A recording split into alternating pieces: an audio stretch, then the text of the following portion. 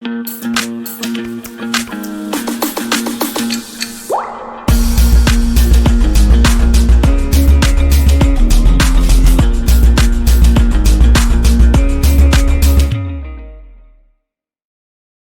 chat up, do I? Hello! No, you do not need Zoom chat up, Trooper. Welcome, everybody, to another Sunday Funday.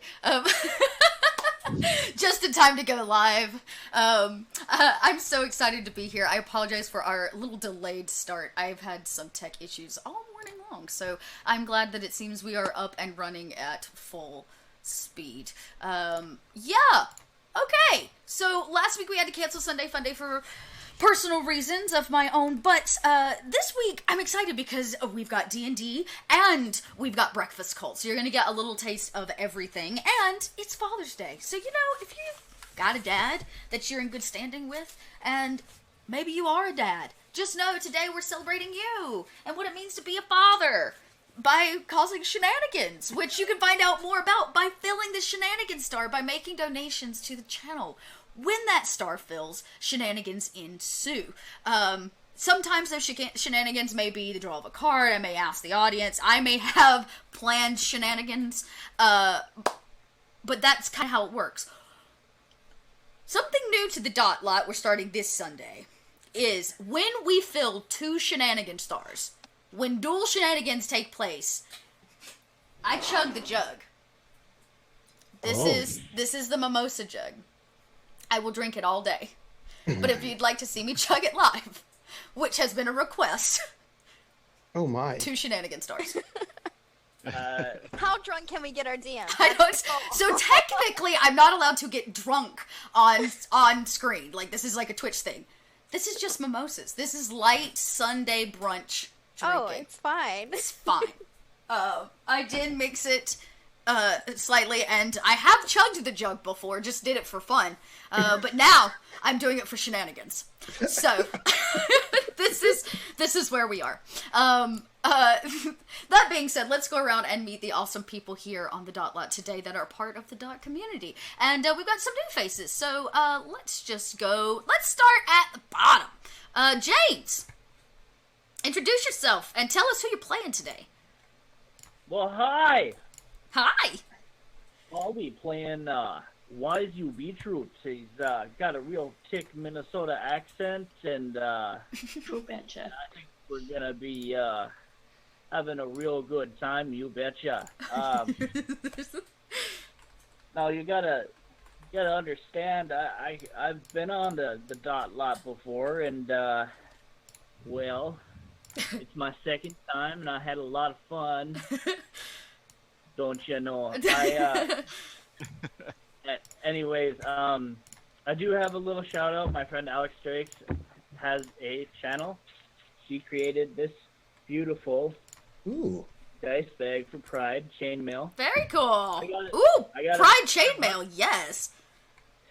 She's also got jewelry. All of her stuff is 30% off. I'll be dropping that in the Twitch chat. Do me a favor, drop it in the Discord, in the promotions link in the Discord.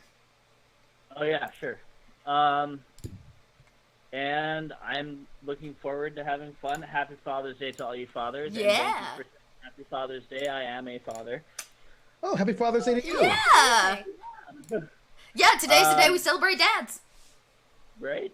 I get to see my kids later because they're out at the farm. There was a parade and everything out at the in-law, near the in-laws' place. So. Oh, very cool. I love how you were like, I'm gonna stay home and roll dice.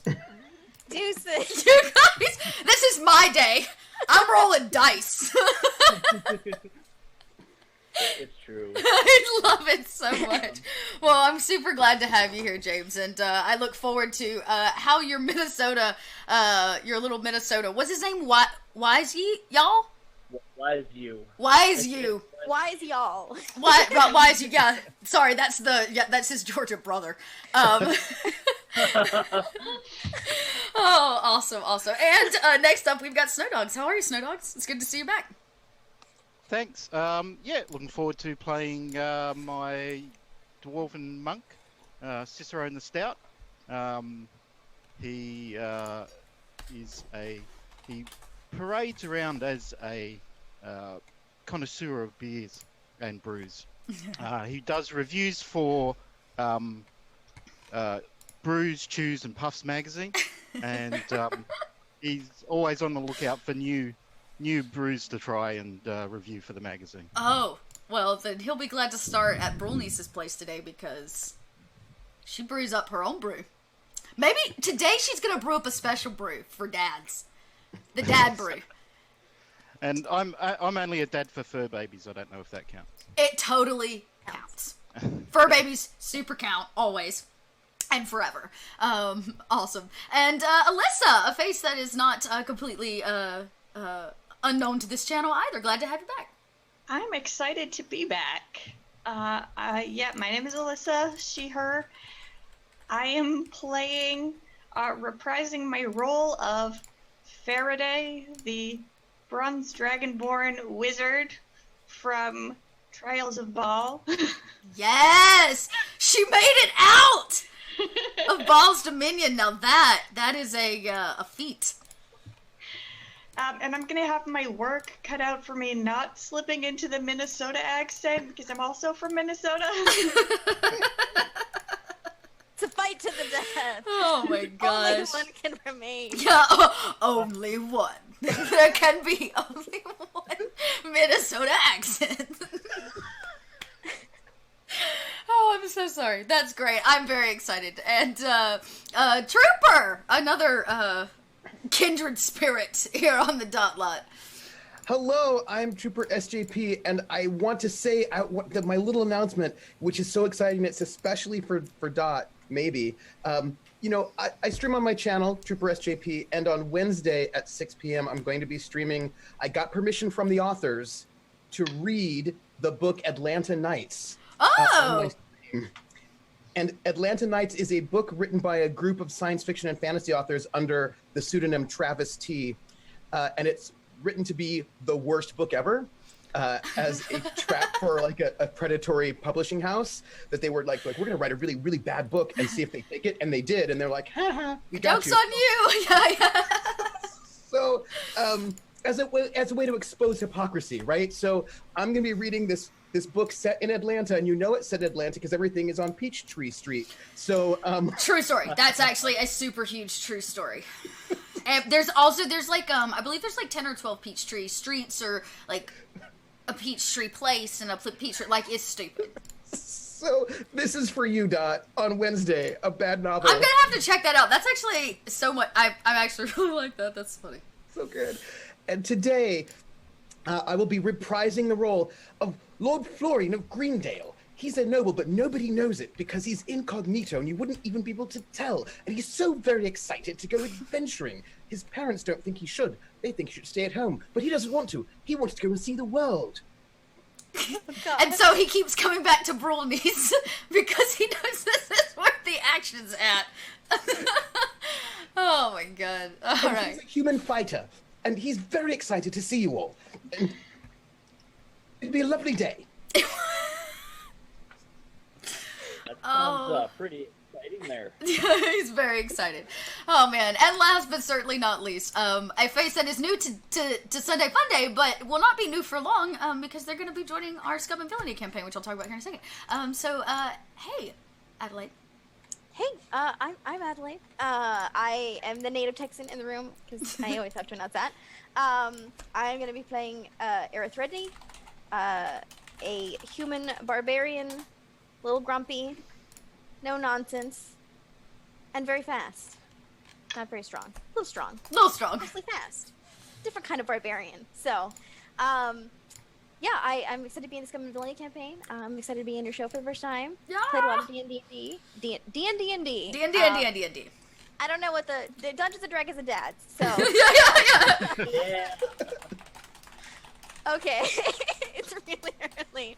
Yeah. So I run a Discord, or I help run a Discord called Tavern the Dragons. It's like a Reddit looking for group kind of Discord. And I play in like 4 or 5 campaigns a week. So I have no life. Yes. Or you have the best life. Or best That's life. great. Or best life. It's a good life. Yeah. Or Working best life. from home. Woo-woo. I love it. I love it. Well, gang, I am really excited to be here for a Sunday Funday. I've got a ridiculous idea, which is the only place on the internet is my own channel that will let me do that, I guess you could say. So, here we are. And for those of you, I'm not sure why you guys are saying you made some donations. I'm not seeing anything come through on my end. I'm going to refresh and just check. But if there is an issue with the donation system, it's not the biggest deal in the world. You can also give some bits, and you can also hop over to the Ko-Fi worst case scenario, and then I can check the Ko-Fi. And you should know, I have officially launched, a, an Extra Life campaign. So you can also donate to the Extra Life campaign and still count towards the Shenanigans Star. And that will appear just below and goes to a great cause. And as a childhood cancer survivor myself,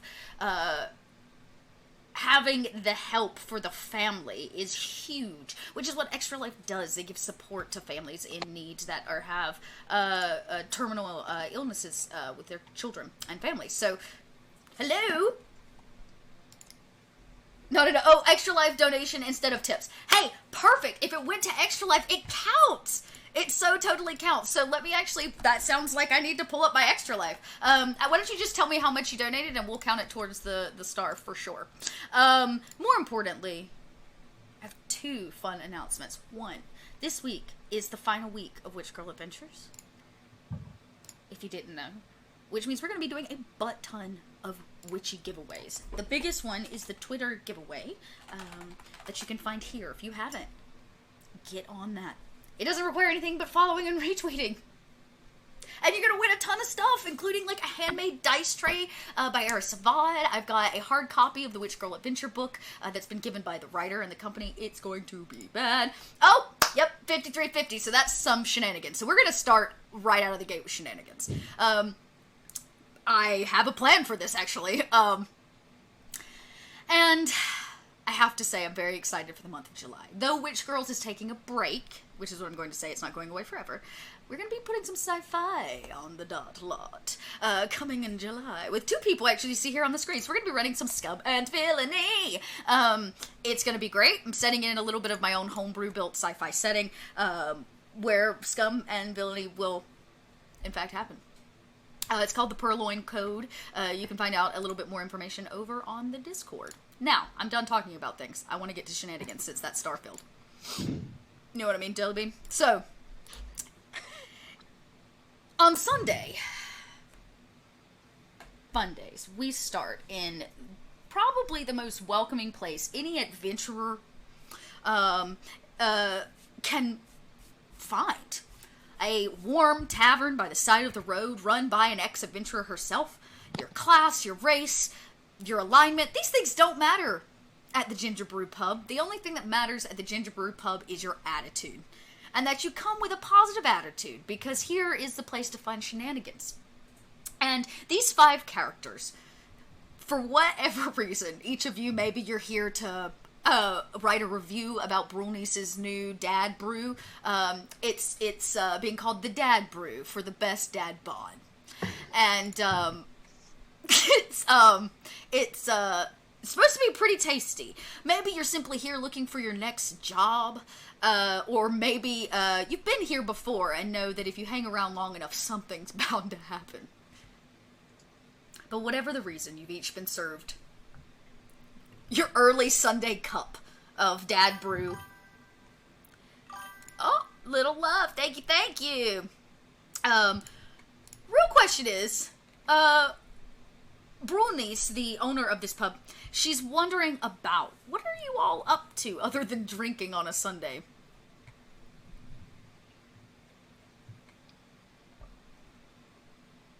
Nobody? Nobody's up to anything? You guys were all like, Well, Too busy enjoying the brew. yeah, I'm like, you're just like, it is tasty, actually. You're here to review it. You're welcome to roll a, oh, this would be interesting. You could roll a nature check if you wanted to, but I'd also give you a wisdom-based test, like if you just wanted to roll a flat wisdom check, to see if you can tell what's in the Dad Brew. Yep. Nature's probably not the best one, so I'll try a wisdom. All right, let's see. How wise are you? Can your palate pick it out? Okay. You take a few gulps. There's something in this you've never tasted before. It's so bitter and yet welcoming. It's like being hugged by your granddad. He's also chewing on tobacco, so he's probably tasting. There's a little bit of backwash. Because he's reviewing, he's maximizing his time. He's reviewing some tobacco he found along the road while he's reviewing some brews as well. Oh. Brews pair with things, so it's always good to have tasting notes. Yeah. So, I don't think he can taste much of what's in there, and he's been drinking quite a lot of it to try to get that taste. You see him. He looks like either he's holding up the bar or the bar's holding up him. He can't really decide himself. He leans. Brulnice notes you. She kind of looks around to make sure all of you are kind of set. Now, I have a question. As you lean on this bar and you're all here doing whatever it is, there are a few other bodies in here. Lord Florian, as hard as you're trying to be incognito wherever, however, your parents have taken a stroll for the day. They are here. And they sit in the corner, batting eyes and playing footsie. Question. Yeah, go ahead. So first off, I'm very incognito because the only way you have to be incognito in a Dungeons and Dragons world is to wear a cloak. And if you wear a cloak, no one knows who you are. Like, that's pretty clear, right? For sure.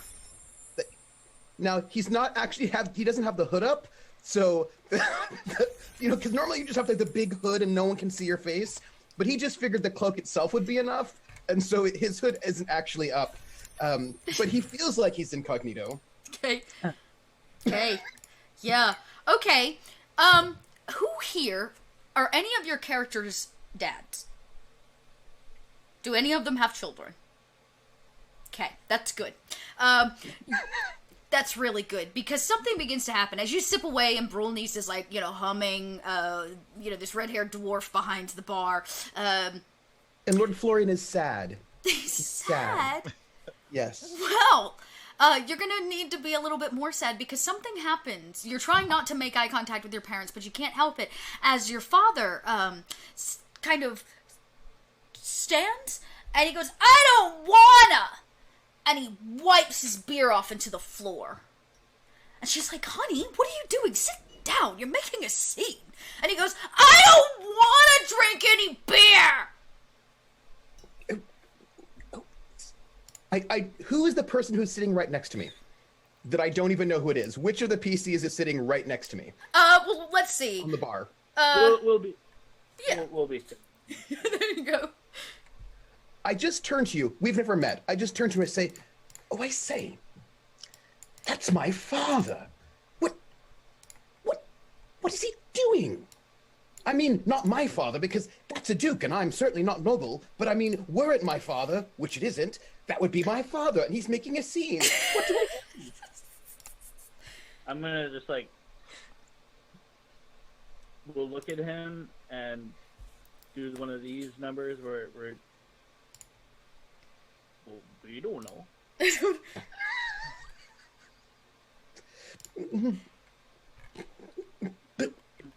Maybe give you a hand with something?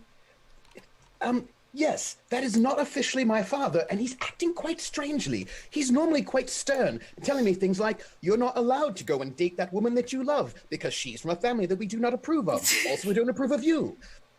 And also what happened at that party, but we're not going to talk about it. We can't talk about it. Anyway, what do we do?" He goes, "No! I'm not gonna be quiet! No!" And he starts running for the door. Your mother stands. She goes, "Honey, where are you going? Stop!" And she runs after him. As he bursts through the door, in following them come two more grown men. They carry sticks, large sticks, and they seem to be play fighting. He's like, "Aha! No! Ah! And they're like knocking things over. There seems to be commotion outside of Brulnice's pub. I think we should check outside. I feel like Daddy's not doing well. I mean, theoretical person who's not my daddy. Someone's daddy, not mine. We should look outside, don't you think? Someone? Anyone? Also? I'll go outside with you. You guys peer outside. It is pandemonium. Grown men of various races run about the streets. Some of them have lost their trousers entirely. Most of them seem to be kind of in a grumpy, childlike state. They're smashing things. The women around are trying to calm them. One woman carries a small gnome man and is rocking him in her arms. It's like, shh, it's okay. It's all right. So business as usual. Yeah, basically, yeah, it's normal Sunday. I turn back to the bar, to the people who are left, and I say, we might need someone with arcane knowledge. There seems to be some sort of shenanigans going on outside. It's shenanigans. Brolnice goes, I'm not sure what you're talking about. Serious shenanigans. It seems as if fathers are behaving like children, and not in a sort of I want to buy a new carriage sort of way that's shiny and painted red, and new thoroughbred horses, and perhaps playing polo. I mean, in an actually crying diapers sort of way.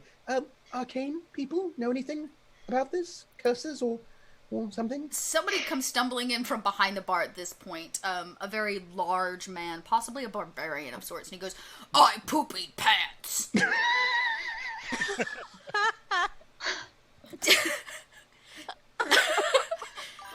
Brody says, I simply run this place. I am not equipped for such adventures. From the corner, you hear a loud clank on the table as she puts her tankard down angrily. And I came here for peace and quiet, and no shenanigans. And don't get up and head outside by pike in hand, I suppose. Wise you will look up at the gentleman that was speaking to him and kind of like tug on like his waistcoat, I guess. This is this normal? We don't get out too much. And you'll notice that the man, the cloak he's wearing is sort of ratty and old, but the clothing underneath is clearly really expensive. Okay. He hit up the gap beforehand. But also, it's like a little garish, expensive but garish, a little like, I'm a cool, hip 17-year-old, and I wear the fashionable clothing.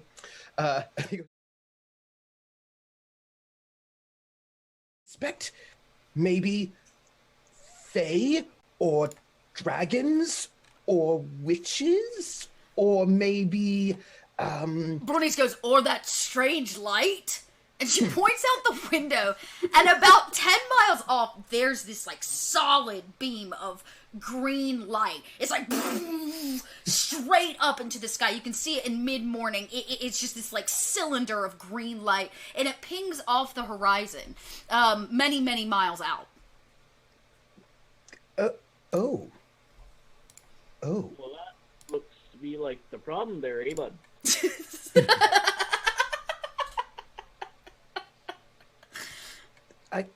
That's not. Oh. That's...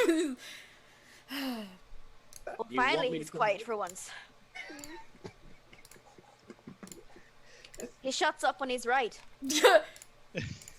And outside you hear the crying grown men. There's a couple of them that, you know, the two guys that came in and play fight are now out back again. And Bronius goes, don't look at me. While everyone's looking outside, I think Cicerone's kind of making his way around the bar, picking up half-drunk beers and just finishing them off, putting them back and wandering on to the next one. Nice. Well, this seems like an adventure. And what are we supposed to do but to help the people of the land? Otherwise, we can't be good leaders, right? So I say we deputize a group of people in this bar who want to go and stop whatever evil doing is happening. I volunteer myself. Who else is with me? To save the people. Your mother runs by a window. Honey, please put on your pants! Oh, I'll volunteer. good. My name is not Lord Florian. You can just call me Florian because I'm not a lord. I'm just a regular person like you. And you, good volunteer, what is your name? My name's Cicerone, but my friends, they call me Cicerone. I like it. And, good friend, short friend of mine, would you volunteer? You asking me to come with? Yes. I suppose. Good then. What is your name? Our name is, Wise You Beetroot? Good. Who else is up for this adventure? This... I want to go on an adventure! No, not you. This kind of scrawny older gentleman, he wears nothing but, like, what would be considered a diaper now. Probably, you know, like, underwear, but he's down to nothing but them. He has some kind of stickiness smeared and his nose runs. And he's like, I'll go! I want an adventure. You should take a nap. No! No naps! I gently began pushing him aside with my pike. Oh, what? He goes, ooh, alcohol! He takes it and goes off to the corner and begins sipping it. Oh, pike person, pike wielder, you seem like an adventurer. Would you go on this quest to save the land with me? You paying? No. Then no. But why wouldn't you? It's to save the people. Bronies goes, I'll pay. Oh. None of them can legally drink no more.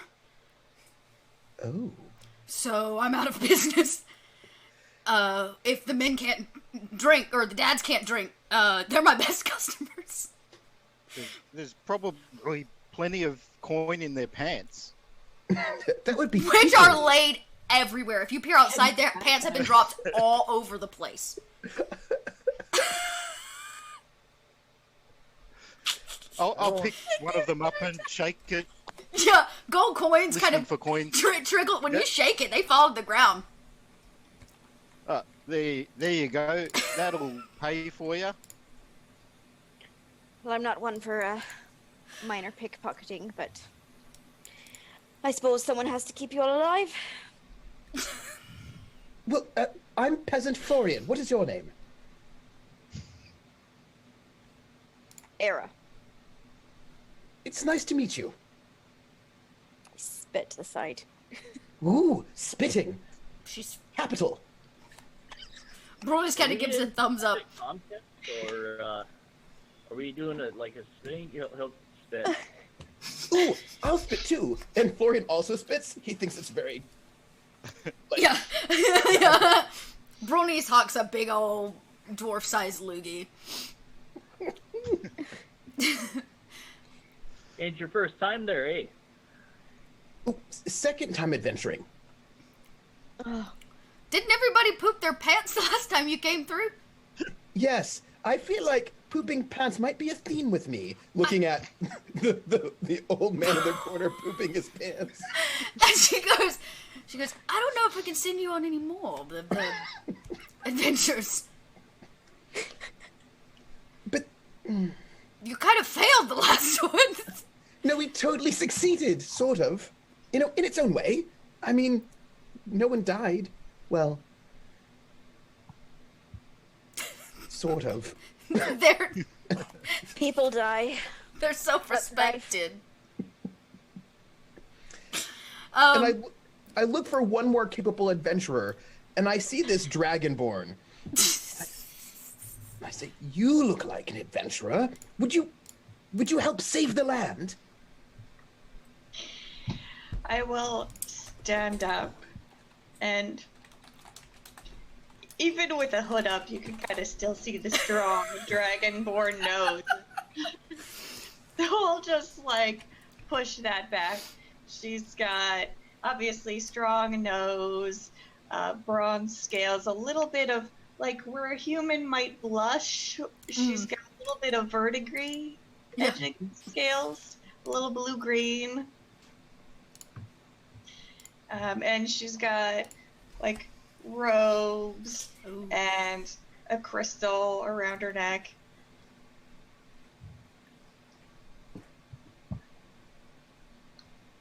Well, I suppose I was looking to buy a gift for my father, but seeing what is going on, I'm a little concerned. So yes, let us get to the bottom of this. What is your name, then? I am Faraday. Faraday.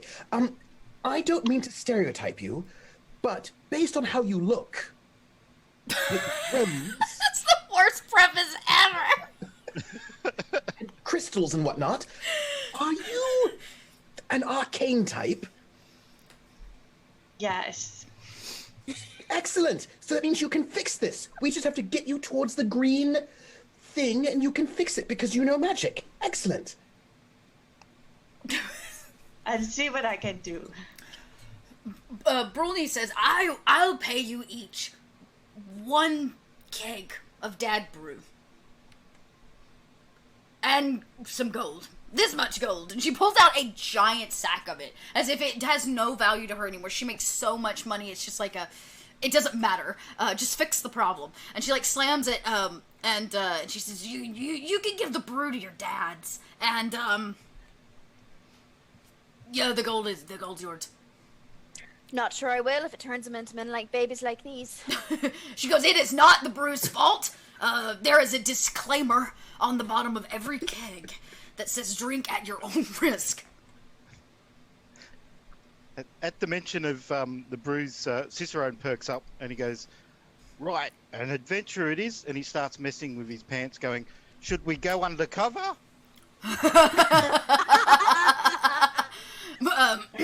Man babies? How about this? Are any of you actually from this area? Okay. Alright, Era. Go ahead. The area that this beam of light is coming up from is a very specific area of this region. Let's get either a survival roll, or you could probably roll a nature roll, and I could give you some information on either. Okay. Let's see if you know where the beam of light is coming from. It is on the, there's a large swamp in this area that's just flatly well known. You can smell it from this location, the kind of brackish water. That swamp pours out and connects to a larger body of water. Actually, it's, I guess, technically not a lake, but a lake. Mostly closed off. There's a small piece of the swamp that kind of dumps into it. But this place is known as Shadowy Lake, and it's a terrifying place. Nobody goes there. At a 9, you're not 100% sure, but possibly it's coming from that direction. Hard to tell with magic. Distorts your view. The screen light's so bright. It does. This is true. You can't trust your eyes. Sometimes the earth looks flat. But isn't the Earth flat? Bronice's eyes immediately droop. She goes, that's not true, is it? Well, it is, isn't it? I don't know, is it? She Yes, looks and a you little... are not a lord, you are a peasant. Please Yes. don't believe that. No. So... you know, if you need a ride, there's some extra carriages in the back, but... Should probably stay here and clean up the mess. Like, look around, there's shattered glass everywhere. The whole place smells of spilt beer and poo. Well, I don't mind taking a carriage. As a peasant, I've never taken one before. This will be exciting. I'll drive. We'll be right back here in a moment here, and they'll go outside and grab like a small sapling out of the ground, or some flowers, and bring it in, and then use Druid cast on it, so hopefully Okay. make it smell a little nicer in the Yeah, bar. you cast it now has this kind of aroma scent, as if the smelly bathroom has had like air spray put over top of it. It helps, but it's really just a masking. But it does help, and Brunice gives you the eye of like, thank you. I will cast prestidigitation on Mr. Poopy Pants. I love that nobody knows this guy's name. You prestidigitated away. He seems less antsy. And he stands up and he opens his undies just to make sure it's clean. He goes, "Oh, better!" And he gets up and bolts for the door. This is not the man that I body swapped with, correct? This is not the man you body swapped with. That's mostly their Malone, no. Mostly their Malone is not here today, and I don't think he's a dad either, so... Then we're good. I guess you're okay. I open the door, I take my rapier, I settle my cloak, and I open the door for the gang. And I say, we will take that gold when we succeed in saving the land of the peoples. Well, saving the peoples of the land. Saving the land for the peoples? Shut your trap, get in the carriage. yeah, I love it. And you do. Who was navigating? Cicerone was, right? Mm-hmm. Yeah, so, Oh no. yeah, it is, I was about to say, it is a survival check. You drive, I'll lead. Just make the flat roll. Somebody can also ride shotgun, which is not a bad idea. Yeah, I'll raise shotgun with Yeah, you. you ride shotgun. I know the general It's way. a bumpy ride. But you guys ride for a while. You pass pieces of the swamp. You pass an old abandoned circus. The road continues for quite a while. Like I said, it's a really bumpy ride. You stay on the road, kinda. There are like swerves where the cart gets like pulled back. But you guys kind of begin to come into an area that maybe looks like some kind of marsh town. Houses along a dock or a boardwalk that sits on a very small piece of river or creek even. Seems kind of lackluster is really the only word for it. Not very large. There might be 10 buildings. Most of the houses are built on stilts, and they sit up and along the banks of the river. Off in the distance, you see a crumbled tower and a large castle that looms off in the distance. The green beam of light seems closer, but still a bit off into the distance. About 1.5 miles, I guess you would say downstream, or upstream, I'm sorry, from this little boating town. Does anybody want to stop?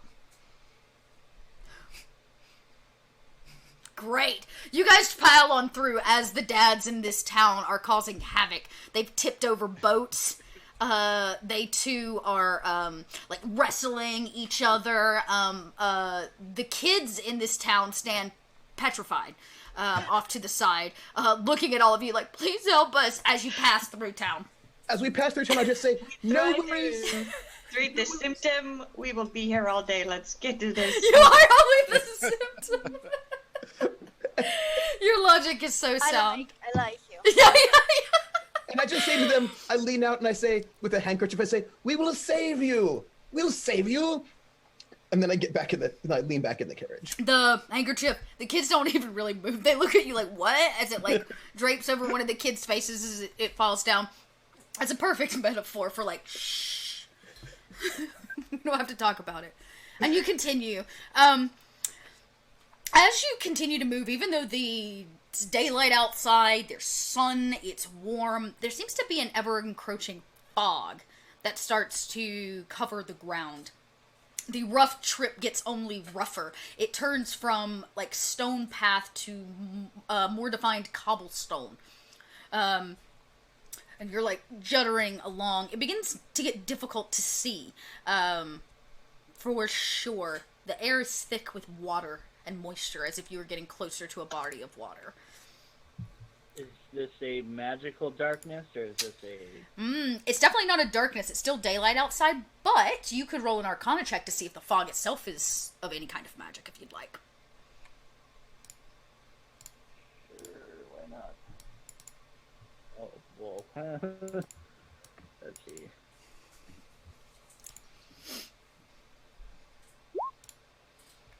Okay. 13. A 13. Some of this looks to be your basic fog, but usually midday you don't get a whole lot of fog. So your gut tells you that some of this probably is magical fog. The way it sits, the way it blocks your view, and you can't see 5 feet in front of the horse that's pulling the cart that you're all riding on. It seems to definitely be some kind of magical mist or fog. Could I make a history check? I think that would be the one to do. You said there was a castle. Yes. Who might the noble be? Who lives in that that was castle? the noble, a man who was married to his ex-wife, Lady Dottie Rouge. Oh, it's that castle. that castle. Yeah, those were landmarks along other Sunday Fundays. But we're not going towards that castle. You right? are not. You guys kind of split off and away from it. It was like off in the distance. Oh, good. Whew. I didn't vote for him either. You'll hear, from Wise You, this fog ain't natural. No. Not at all. Oh. Everybody roll a perception check. Oh no. It's everybody. Everybody, yeah. Right. Unless you have a like a base, what is it, a natural perception of like 15 or higher. Yeah, okay, good. Oh, so close. So close. Oh! I roll a 1 because you may not know. You may not have guessed this, but Florian's not very wise. Okay, so I'm in the carriage. I'm not paying attention. Cicerone, you don't. Okay, yeah. Oh, nice. Okay. Well, let's give Lord Floridian this. You don't see what you're supposed to see because what you do see are a series of rabbits. Thanks for that follow. A couple, 2 or 3 white rabbits. You're sure that they're rabbits. You're sure of it. Oh. Go bolting underneath the cart and out the other side. They have red beady eyes. And they look vicious, and they're gone. This is what takes your attention away from what you should pay Heard notice. about that.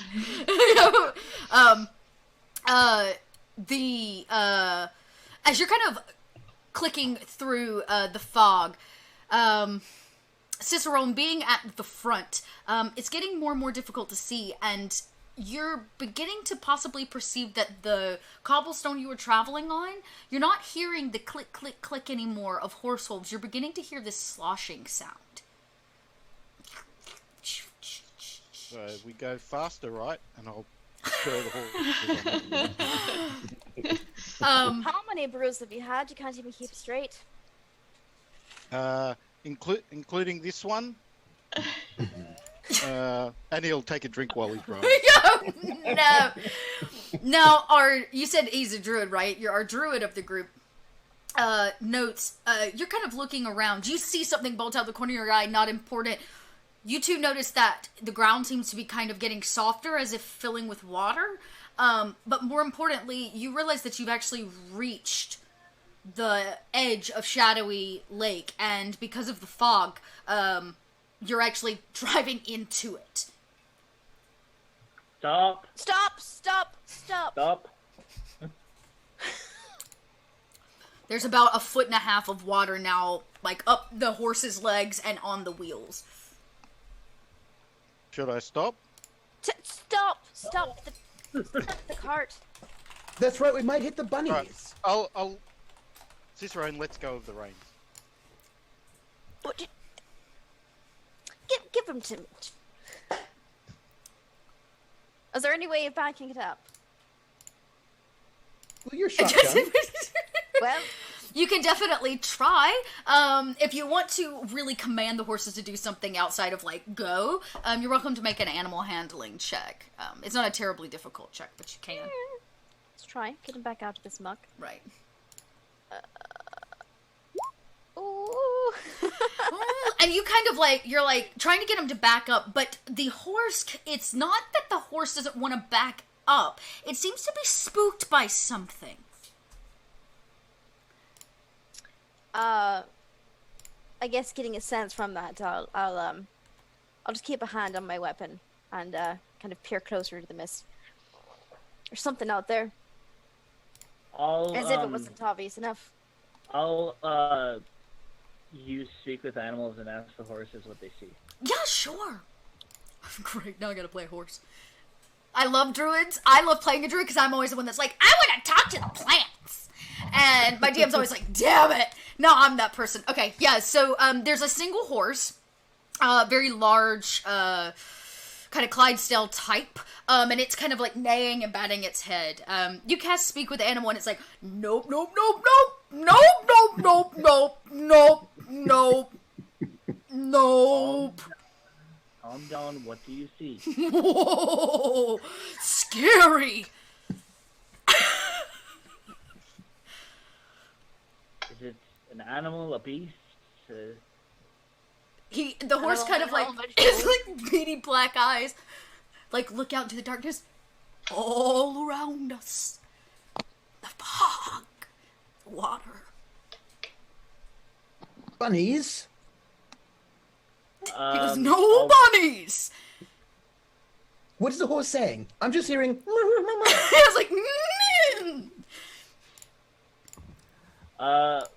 well, he's seeing that there's darkness all around us, and he's real spooked by something out there, but I can't really get much out of him. He's too scared, I think. The horses are they can be very frightened. I think it's bunnies. I saw 3 bunnies with little beady eyes and twitchy little noses, hoppy legs. No. he goes, no, bad. Anybody wants to make a history check on the Great Shadowy Lake? What do you know about the Shadowy Lake? You're welcome to. Do that. Definitely do that. Much better. All right. Okay. You guys know, even though you're not from the area, if you're from the area, you know that there's a lot of spooky stories. This is the place that's used for settings of little scary tales that are told to kids and these kinds of things. But where there are folk tales, there is also truth. This is just a hard-known fact. This place is said to be very haunted. There are some odd creatures that live in the lake itself that you should be wary of, including a very specific kind of giant eel. There is a kind of frog-like race, not the bullywug, though those are more frequented in the swamps themselves, but there seems to be another frog race that lives here, one that breathes air and water. They have a tendency to be very territorial. In addition, this lake is said to be large enough that there are pirates on it and small islands near the inside of it. The green beam of light definitely seems to be coming from the center of the lake. Well, we need a boat.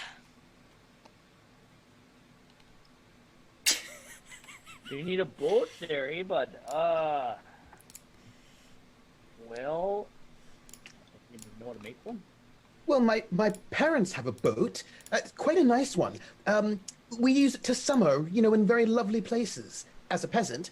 But I'm afraid I don't have it here because where we live is not that close. Somebody's Not that far. man just... Yeah, Sorry, it just randomly started. That freaked me out. Good! That was the whole point! I love it. Yeah, there is, okay, you guys, standing here can also roll another perception if you want. You've kind of stopped and you're taking more of the area in, though Floridian seems to be obsessed with these rabbits. Well, You know, bunnies. Bunny. Okay. Oh, great. Good perception happening. Here at the end, as you guys look out, the green beam of light does seem to, like I said, be maybe half a mile into this watery area, the lake itself. But you hear something. A strange, like, possibly the rowing of a boat. Oh. Did you hear that? I think I heard bunnies. Oh my god. You definitely did. The splish splash of little evil feet are off on the banks somewhere. I prepare for an attack, a bunny attack. So I'm looking quite low for bunnies. I'm also actually quite low to the ground, pike in hand, but I'm looking out and not down. I'm already low to the ground, but I'll get out my quarterstaff, have it in hand. Sister Owen will stand up on the cart and call out, "Ahoy!"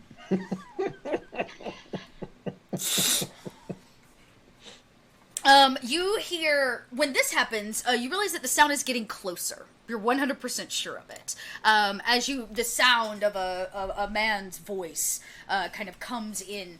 He seems to be singing a jaunty sea tune.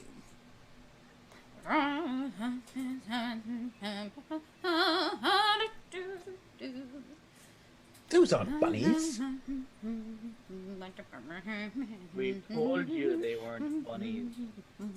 And sure enough, you think you see, like, maybe 60 or 70 feet in front of you, there's a rowboat. A large one that holds about 8 men, but there's only one person in it. Trooper, have Lord Florian roll a perception. I'm very good at that. I know you are. No. Oh my god! Another one!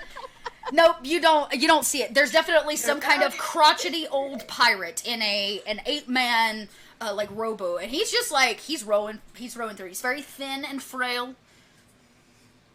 Was the scummiest vessel I'd ever seen. Mm-hmm. Oh, I say good man. Mm-hmm. The Good rowing man. stops. Kind of looks around. Who's out there? Brave adventurers to save the land. I will cast light. Maybe that'll help. He goes, "Arr!" As it gets very vibrant, and the fog almost densens when the light comes in, but you can still see his silhouette. This crotchety old man, very frail and thin of frame, stands in his boat. You can see his silhouette now in the fog. He goes, "Make yourselves known." I'm Peasant Thanks Florian. for spirits. That's Era, Faraday, Cicero, and Birchroot. He goes, "Well, I don't see ye, just your shadows. Can't trust shadows out here on the shadowy lake.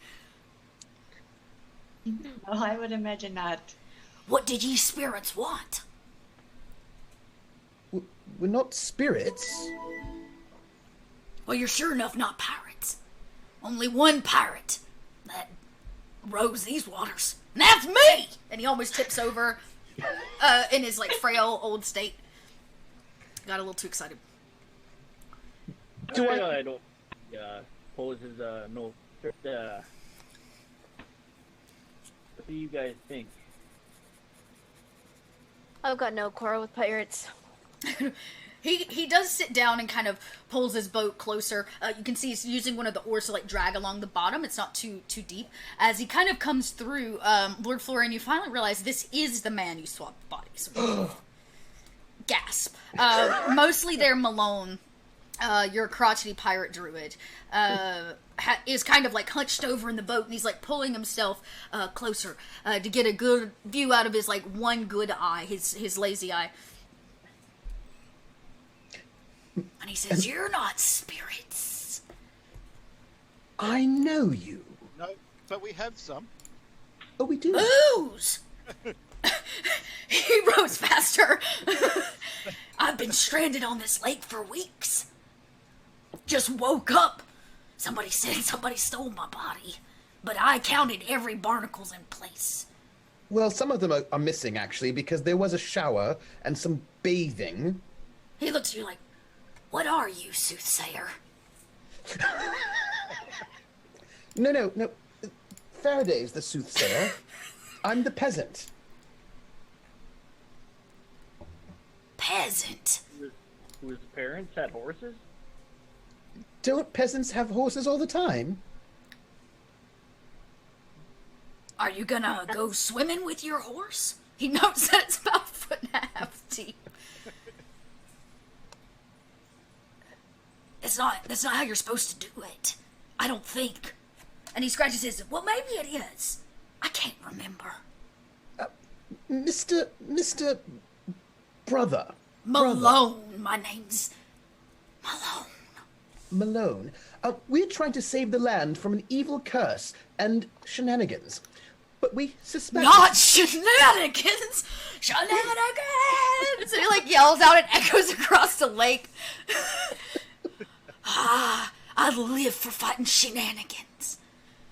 You see, there's a large green beam of probably ill intent right there in the center of the lake. And we would like to get over there to stop it.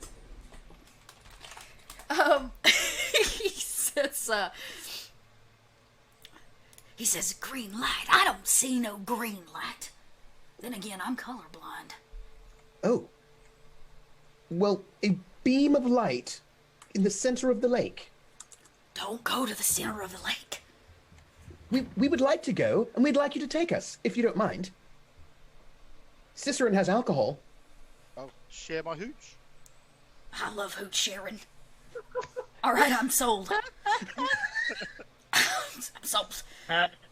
Him saying that he's never seen, that he's colorblind and he hasn't seen green, you'll hear, you haven't seen green, and we'll just weep. I can't imagine. Oh, I see lots of colors, just not green or red or blue or yellow. Or really any colors, actually. It's mostly just black and white. You don't need them, as long as you got good senses. That's right. And my senses. And he kind of pokes his head and you realize there's he has a giant dent in the back of his head. All up here. Why? He says, well, now hop on over. I should have just enough room. I look over at Florian. You two seem to have a lot in common. You don't even know. And Florian looks at Malone and, notices where their barnacles have been removed and which ones have come back. And he has this sort of slightly 50-yard stare for a moment. Yeah, Malone's like, he's weird. Is it just me or does he seem real personal? It's because he's not a lord. Oh, that makes sense. Boy, get you some learning and some manners. You can't just walk up to old men and start talking about swapping their bodies. No. It would be terrible if we swapped bodies, wouldn't it? Yes. He scratches at a barnacle that's back in. It does. It would be embarrassing and difficult. And Florian hops into the rowboat. Well, are we ready? Shall we tally forth? I'm ready. I got nowhere else to be. Good. The year was 1770. Oh. I wish I was in Faerun now. Faerun town so sailing pirates. Malone just kind of gets in this, you're rowing very slowly, and he begins kind of heading off into the fog. The denser into the fog you get, the more your senses begin to play tricks on you. Things kind of into the water. The fog begins to kind of swirl. It makes odd shapes. You think you see things that you don't see. They create pictures and images of skulls and bodies, strange serpent-like creatures. The entire area haunts you. Malone doesn't seem affected. I was going to say, for Cicerone, it's pretty much par for the course as well. Seeing things.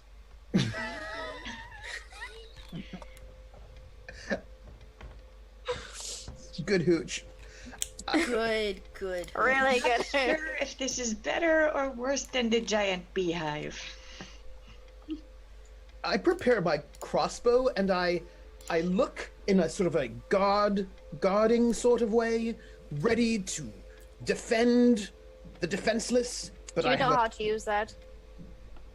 Yes, I practiced Your on fingers on the trigger. Yes, I'm ready. In the estate, not my estate because I'm not a noble, I practiced quite a lot. Oh, so you're the Practice what? big boy.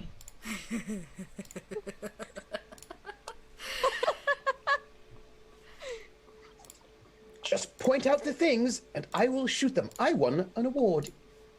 A ribbon. A shooting ribbon? Yes. My daddy gave it to me. That's a Oh, peasant thing? Yes, Or peasants do this all the time. do they? not many peasants I know, and if there are, I sure don't want to meet them. Oh, peasants are lovely. They're the salt of the earth. What? That's not very nice. You're not making no sense. Trust me, I've been a peasant for I am not made of salt. Though after about 60 years on the sea, I might be. I might be. You are a soothsayer. He kind of grins. He's got like 3 teeth left. No, I'm a transmuter, not a school of divination. Oh. So, about this light. He puts in quotations. As the oars almost slip into the water and he catches them just in time. Because he has to make the quotations. This light you speak of. He continues to kind of pull and row. What, you sure? You wanna... I mean, what's causing it? Why? Couldn't you just leave it alone? Well, if you enjoy fighting shenanigans like you say you do, you should head back to the tavern. Tavern? What tavern? That's why we're here. Bunch of men run around like babies. Babies? More than usual. Big... Like actual babies. Yep. Like Yes, giant babies. pants. Giant babies. Giant babies! He says, his voice rings out. Pantsless. No room for giant giant pantsless babies? Giant pantsless babies. This has moved Without shenanigans. off of the shenanigan meter and has gone to something much darker. Who would want to do such a thing? Ain't no room in the world for giant pantsless babies. Well, that's why we're here. So why we're headed into that light. You think the light's causing pantsless babies? Not sure. Is there only clue to go on? Well, I just want to let you all know, I've technically been rowing about this lake for about 2 weeks. I don't really know how to get to the middle. Wouldn't you just go towards the middle? Oh no, the lake takes you where it wants to take you.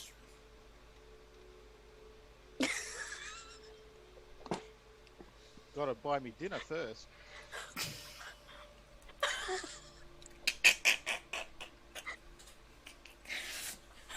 It has a little bit of a mind of its own, boy. Have you tried inviting it to dinner? The lake? I wouldn't even know where to take a lake to dinner. What do lakes eat other than souls? Lakes don't eat souls. This one does. In that case, a fish restaurant. Fish?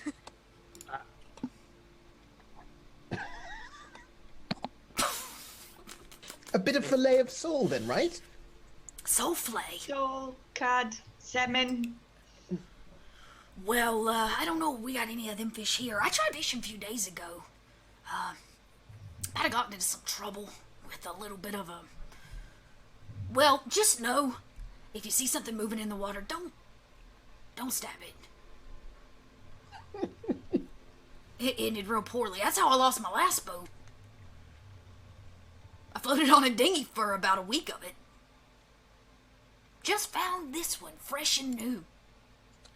You just find boats. How lucky. Something thuds upside of the boat. He goes, oh, oops. And he, like, pushes it to the side. You guys make a perception check.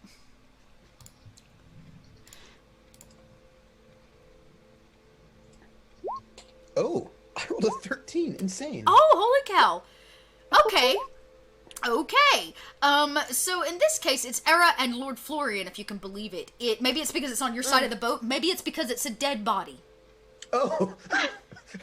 But as it thuds up next to the boat, it causes you to kind of jump. And Malone, without second guessing, just uses the oar to, like, push it to the side. Another thud from the front end of the boat. A second body. He goes, oh, look, it's getting rough up here. You should make sure to buckle up. These are dead bodies, everyone. Dead bodies. I'm gonna reach out as this one's passing. I kind of lift it up and give it a good look over. Look, anything other than just dead? Roll a medicine check. I can definitely attempt that. This is definitely a medicine check. I can definitely attempt that. Okay, it's very clear this person drowned for whatever reason. As you kind of lift the head and begin to drag it along behind you, it looks like this body is not completely waterlogged yet, which means that Fresh. Yeah, it's pretty fresh. And the wound on the neck, the large bite wound on the neck, seems to be relatively fresh. The blood has pretty much washed away, but the holes themselves haven't, like, bloated and broken open with the body. So maybe within the last 24 hours. Large, like giant eel size large, or monster large in general? Big teeth, possibly eels, though you've never seen an eel with giant, disgusting teeth, but they might exist. Are the teeth really, like, marks really obvious, like, to anybody looking? Yeah, for sure. Like, the entire piece of clothing that this peasant was wearing has been, like, ripped away. I'm gonna take my quarterstaff and, like, attempt to knock it out of her hands and say, you should leave the dead where they lie. Don't want to be disturbing nothing in the water. Not afraid of no spirits. Oh, well, this wasn't caused by no spirits. I actually took that man's boat. We're riding on it. It's like, I saw him just a few days ago. Maybe it was just a few hours ago. You know, time's relative. You lose track of it out here in the fog. So, how did he die then? Well, See the big teeth marks? But there are a lot of things that have teeth. Rabbits. rabbits don't have teeth. A rabbit ripped the shoulder right off of him.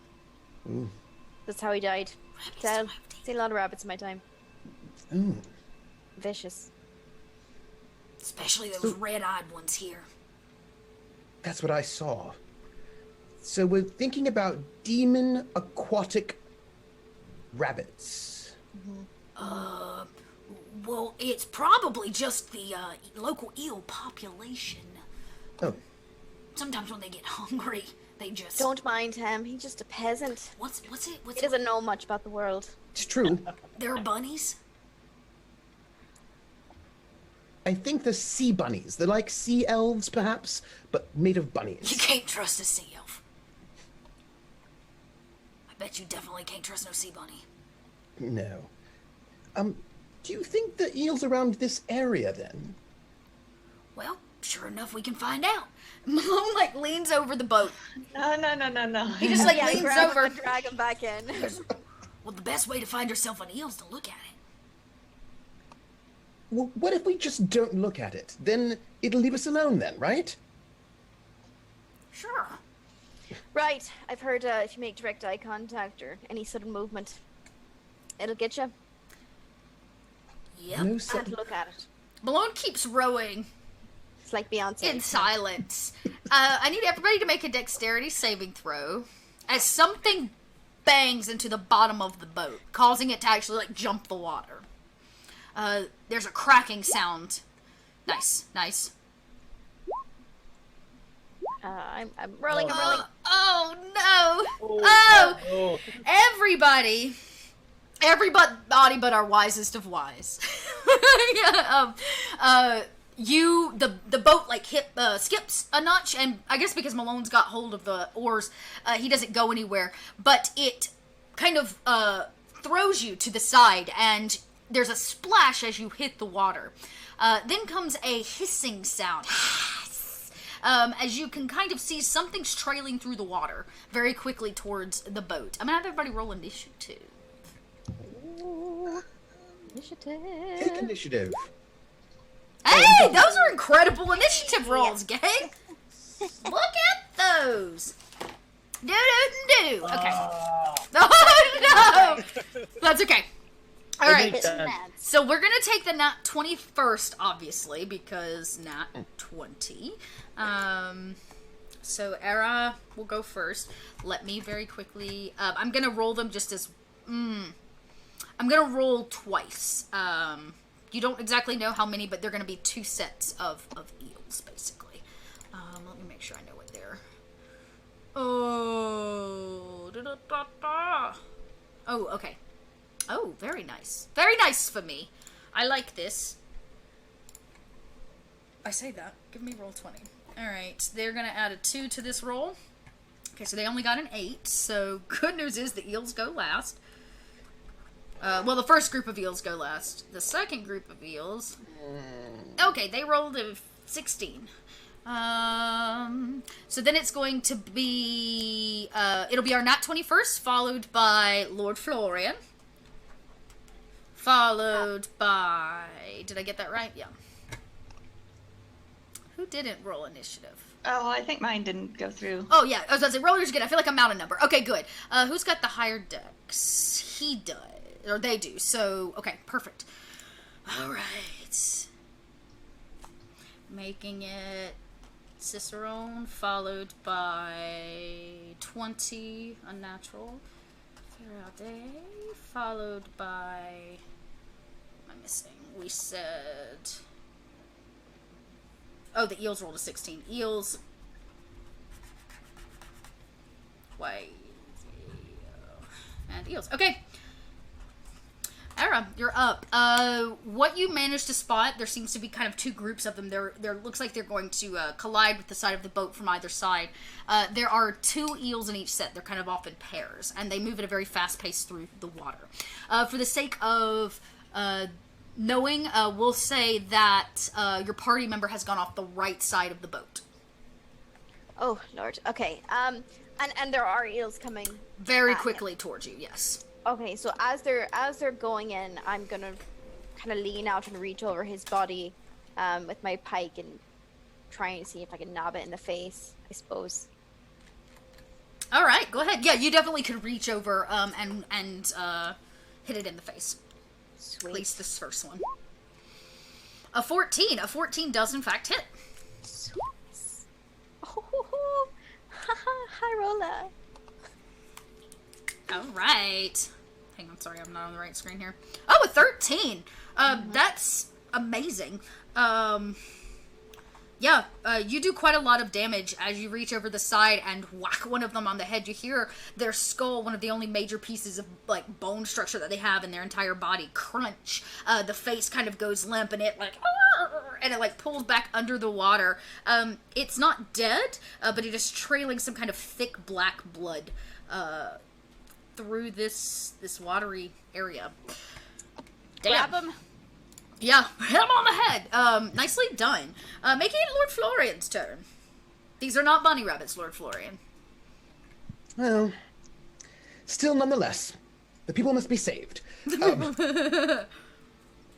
Are they within melee range? Yes, one of them is. So with with brandishing a rapier and with the best posture and being quite dexterous on this boat, he does a flourishing sort of stab, sort of a lunge at this dastardly eel. Okay. And he clearly has good training. Oh, yes, sir, you do have good training. It's an understatement. Go ahead and roll that damage. Wow, another 13. You reach out at this guy. This one's on the left side of the boat. It's a textbook beautiful lunge, like with the hand in the back and everything. Crap-oly. Okay.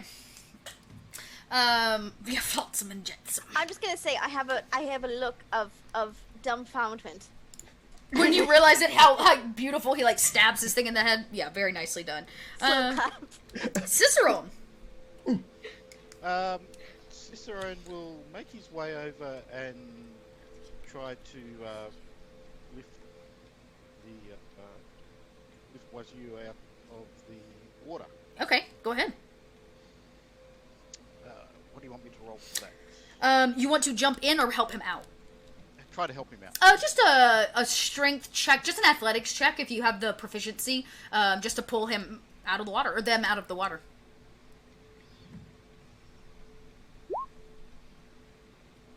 The first one, definitely. We'll take the first one. You reach over and pull, dripping wet, just in time as this eel is just about to crunch down. Nicely done.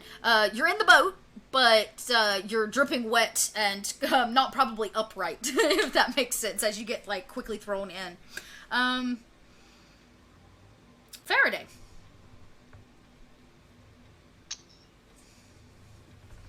Alright, so we have a bunch of eels. Surrounding the boat, probably on their turn, based on just basic perception. It looks like they're going to ram the boat. All 4 of them. One of them has subsided due to injuries, but that doesn't mean that they're gone. There's still 2 that have not been touched, and one of them seems heavily injured by a giant piercing rapier through the face. Good pinpoint accuracy. Alright. For starters, I am going to cast Mage Armor on myself. Not a bad choice. That will be my action. Very smart. Boom. Malone's like, should I help? Or keep rowing? That's what he says. It's the first round of Eel's turn.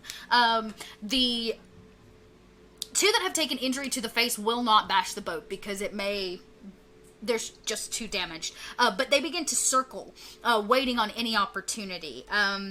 They can't reach out of the water, so they pass on their 2 turns, making it our wet little friend's turn. How would you like to proceed, Imperator? Oh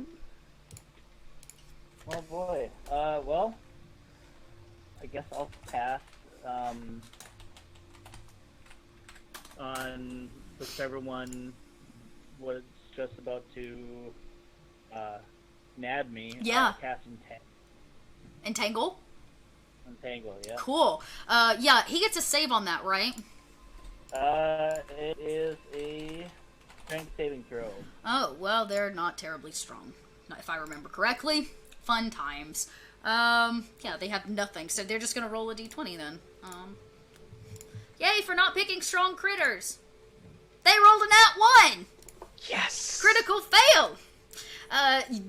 It's like, as he goes to reach for you, you hear his, like, bite as you land in the boat. You quick turn around to cast, and these vines you watch as probably the bottom of this lake, you can feel it must be covered in, like, living vines. They literally lash out of the water. You hear a splash, psh, as they wrap around and bind this thing back under the water. They have entangled it.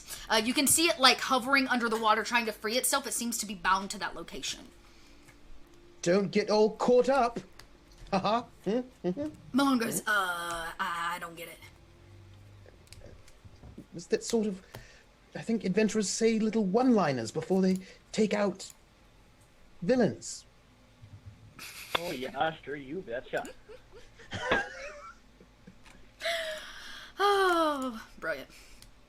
And that makes it the other 2 eels. These 2 eels are going to bash the boat. The first one makes a head push into the side of the boat. I need a dexterity saving throw from everyone. No whammies, no whammies, no whammies. Don't get below a 10. 1, 2, 3, 4. Am I missing one? Oh! Congratulations. The first one hits, rocks the boat. This time it's not from beneath. It actually tips the boat on its side. Everybody, Malone uses the oar to kind of push the boat back onto like its horizontal plane. And 2 of you almost lose it. The second one comes from the opposite side. Pushes the boat the opposite way. I need another round of dexterity saving throws. No! Yes! People are going in the water! All right. I'm too excited about that. Cicerone splashes this time. So does Era. 2 people now are in the water. And we start the round over. Era, it's your turn. Oh, I think you muted. I am. I was muted. Okay, let's see. I won't try and get right back into the boat immediately. I've still got my pike in my hand. Wait, is there any super close to me in proximity? Oh yeah, the one that bashed the boat, you landed right next to it in the water. The other one that's actually bound, you also landed on that side. So it's snapping at you under the water. You can feel like water pushing past your leg. It's just out of reach of your leg being bound underwater. Okay, so the one that's closest is not unbound. I am actually going to get out the rope on my side and see how it's within melee range, correct? Mm-hmm. Okay, so we're gonna I'm gonna see if I can wrangle this eel. Okay. Nice. You gonna make a grapple? Yes. All right, go ahead and make the athletics check. Okay. It's going to try to make a dex save probably to wiggle free of you. It adds a 2 to this roll. It does not. And you bind yourself around it. When you wrap your arms around it, you realize that the eel is probably 1.5 to 2 foot thick. It is a massive creature. Thick boy. Yeah, thick boy. He's thick. And when you bind yourself around it, basically with all fours, it like wiggles and it dives. So you are kind of in and out of the water for this. Okay. Fun times. Lord Florian, you're on the boat. Unhand my friends. I want to. So, Era's got one. The Dragonborn's in the water, yes? Correct. Bound now around an eel. Well. Oh, also, the chat reminded me, for your perfectly timed dad joke, you are going to gain inspiration. Oh, thanks. Today, inspiration is given when you make a dad joke. Nice. Which of these eels is most menacing to my cohort? The one most menacing to her is probably the one she's bound around, but that being said, it's going to be very difficult to hit it with her around it. The one that is bound underwater is just below the surface. You could definitely reach it with your rapier, and you would gain advantage on the attack because it's bound. Do we have 2 that can attack the boat, though, yes? Yes, there are 2 out the other side. I want the ones that are attacking the boat, I want them to stop attacking the boat. I'm going to try to kill them. Go ahead. Yeah, you're like, she looks like she's got it. I mean, she looks fine. It's gonna be fine, yeah. We need to protect the boat and my old body mate. Okay. Natural 20. Yeah, I would say that that's considered critical damage. Which one? Do you want to do the one you've already poked in the head, or would you like to do an uninjured one? An uninjured one, because that one is the one that's threatening the boat. Correct. Go ahead. Roll that lovely crit damage. So, what do I do for crits? That I think it just added it. Let's Does it automatically? It does it. Does it 1d8 plus 5? It did not. Oh, it did. Oh. It So looks just- like it did. It's one. It's max die plus... Do you just do max damage? I usually ask you to roll. So your damage is a D8, right? Yep. So and you I rolled would. an 8 plus 5. So that's your basic damage. You're going to need to roll another D8. Ah, all right. So why am I only getting a plus 5? I should be getting another 2. Well, it showed plus 8. Oh, no, it did take your... Oh, I see, 13 and 8. That is your total. I'm sorry, it did roll. I see it did it. Yeah. I should have 2 more than that because since I get, I'm at a plus 7, and that's a plus 5. Well, you kill it, for sure, in a single hit. So the first one, tell us how you skewer this eel. So, Lord Florian spends hours and hours and hours in front of, like, a fencing post, just poking at one point over and over and over again. You know, you have to practice. And he's very good at his point control. And as this eel comes menacingly, sort of like a rabbit, to come and bash this boat, which is inappropriate and unsafe, it's bad for water safety, he just pokes it right in the eye, like perfectly sort of timed. And then he does a little bit of a flourish bow, and he goes, just see if somebody saw. You flourish bow. Everybody seems busy. Oh. Mostly their Malone notes it. That's purty. That's all he says. He goes, do I know you? You do? And now it's Cicerone's turn. He kind of cocks his head like a confused dog. So Cicerone will be splashing in the water, sort of like wailing senselessly. What would be the closest eel to him? The closest eel to you is actually one that has already taken damage. It's bleeding out in the water around you. It seems pretty harmed. So you could easily take it down if you wanted to. Yeah. So what the flailing is actually hiding will be an unarmed strike, and then I'll use a key point for flurry of blows. Yes, you're like trying to doggy paddle in the water and it turns into a punch to the face. I love it. Yeah, that for sure hits. Go ahead and roll your damage. Click the monk unarmed strike wording there at the bottom. No, on the actual chat. Yeah, the Roll20 chat. There you go. Yeah, that's literally all you needed to hit it. But you get a second attack. Oh, that's all 3 of them. So click monk unarmed strike 3 times. Yeah, that's what I needed. Mm-hmm. Yep, that'll do it. How do you kill this one? Ooh. So yeah, I'm literally just flailing like I'm trying to swim, and I just make my way over and just literally bash it. Yeah, you're like pounding it. You water punch it in the face. You hear its jaw, which was already leaning to one side, crunch the other way, and it goes limp in the water. Its kind of slender, or its slimy body begins to sink to the bottom of the lake. I'll keep flailing. Yeah, you. 2 of them are down. We only have eels now on the right side of the boat. One is grappled by Era, and the other is grappled by like seaweed and stuff from the bottom of the lake bed, making it Faraday's turn. All right. So I'm gonna take my claws and I'm gonna kind of behind my teeth like that guy in the Breakfast Club with the hat. Cast Firebolt at one of the eels. I love it. Firebolt. You really showed him. Yeah. You cast Firebolt at the one that is grappled. You gain advantage on this attack roll.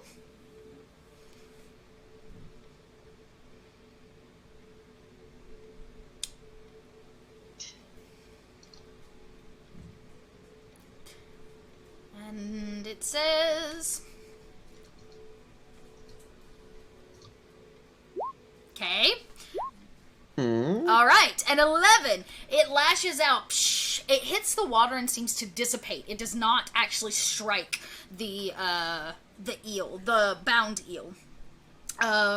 Making it the one eel's turn. He's damaged and bound. He's going to make another. What was his check, Imperator, to break it? I'm sorry? Strength. Okay, he's gonna try to break it again with his strength. Oh, that's right. He doesn't have any strength. I remember doing this now. So he just rolls a flat d20. He does not break free. He continues to fight. That his turn's done. It's your turn now. How would you like to proceed? So, this is a concentration spell, and I forget because I haven't played a caster in a bit. Am I able to make a regular attack and maintain concentration, or not? Yeah, you should be able to. Yeah. Then I will, and how about, if I wanted to cast, Shillelagh as a bonus action? Yeah, so bonus action, and then you would make the attack. So I'll cast Shillelagh on my, quarterstaff. There it is. And then I will, stick it into the... Are you wanting to attack the one that's bound by your vines? Yes. Cool. Okay, yeah. Make sure that you attack it with advantage. And was it +2 bonus? Or no, is your wisdom modifier, not your strength. I can't remember how Shillelagh works. I'd have to look it up. Yeah, which is much better for me. And...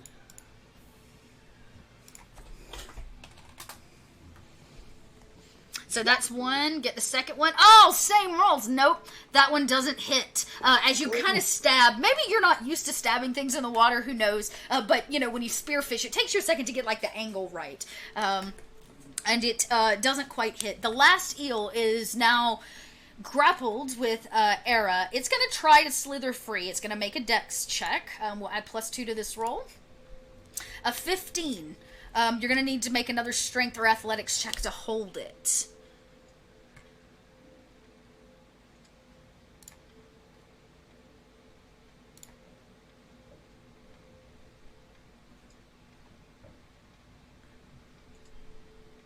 Do we get that one? Did it come through?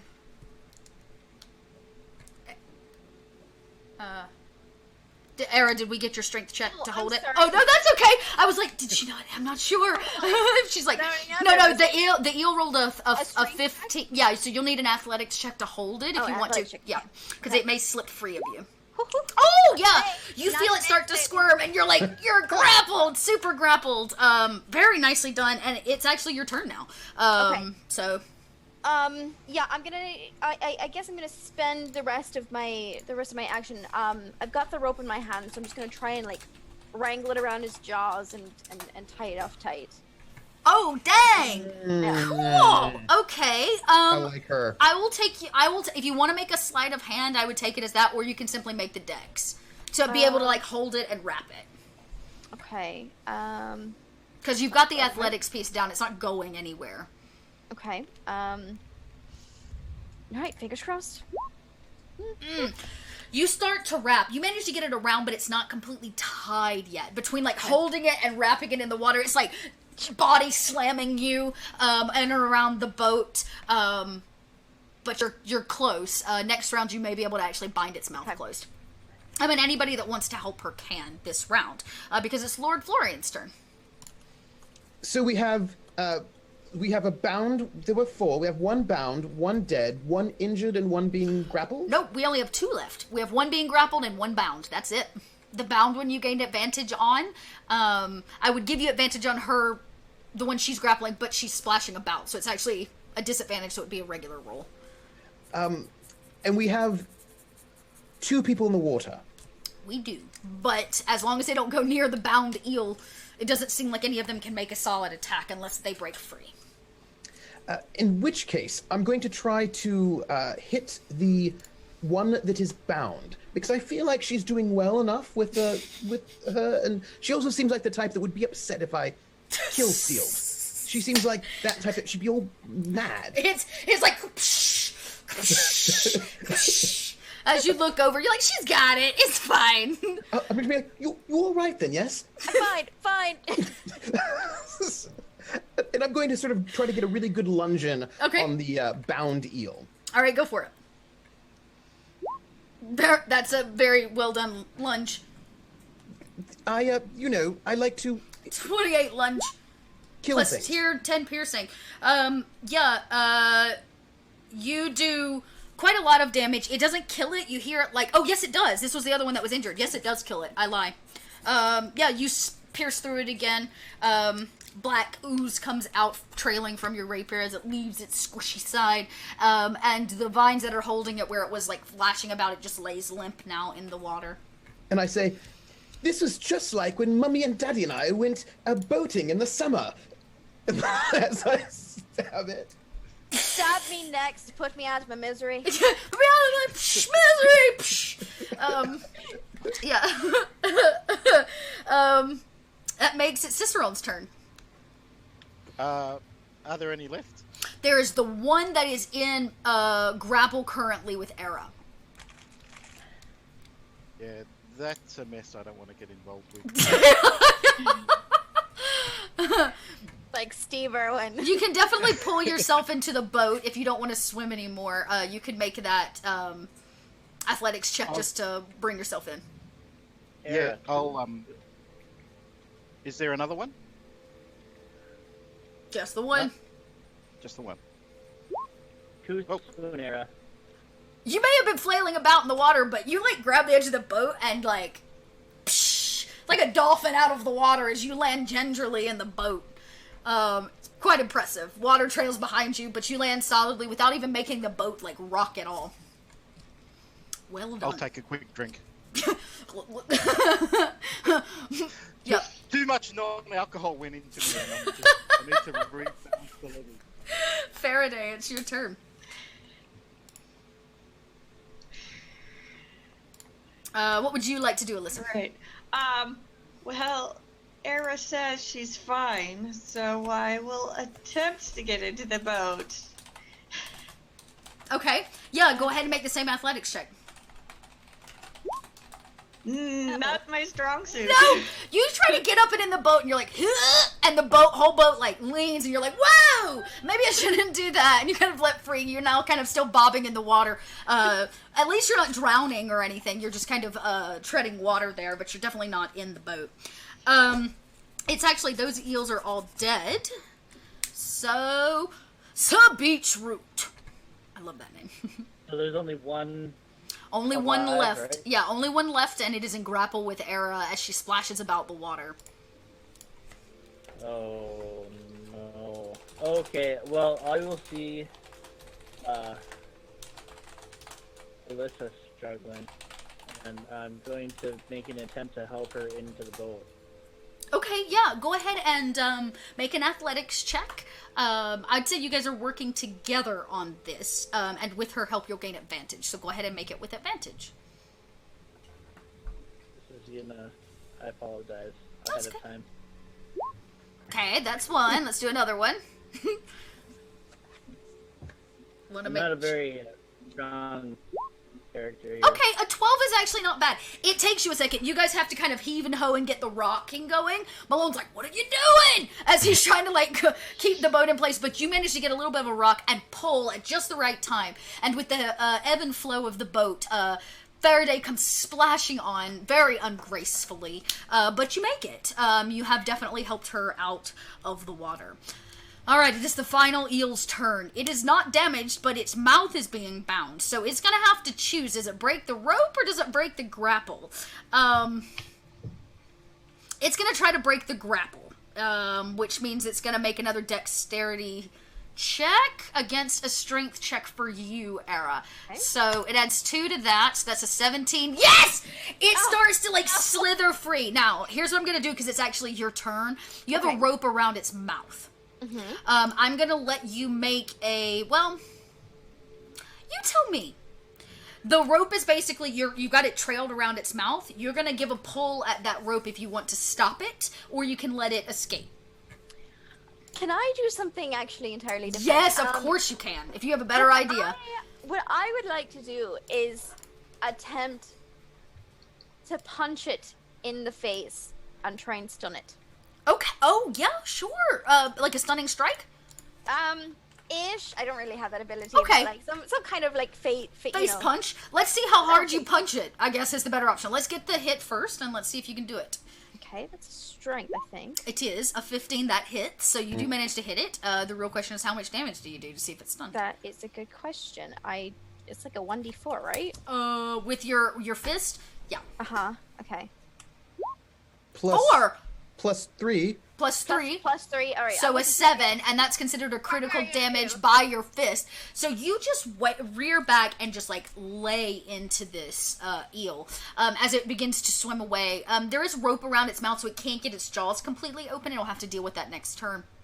But, yeah, you do quite a bit of damage. It's not enough to kill it, but it is definitely, it kind of has to stop mid-water. It's like, and has to shake off the, the stunning punch to the face. Lord Florian. Still have it. Working on it. Well, all right then. I minister to the people in the boat to make sure they're well. I want to sort of, make sure everyone's not drowning, that everyone's doing I have well. yet to get a bite off with these eels. You guys have, like, managed to get away from that. Did anybody take any damage? No. Everybody seems really well. Except for Era, who's still, like, punching things in the water. Well, so long as you have it then, I feel like, well, I haven't even gotten into the water, so I'm still smell nice.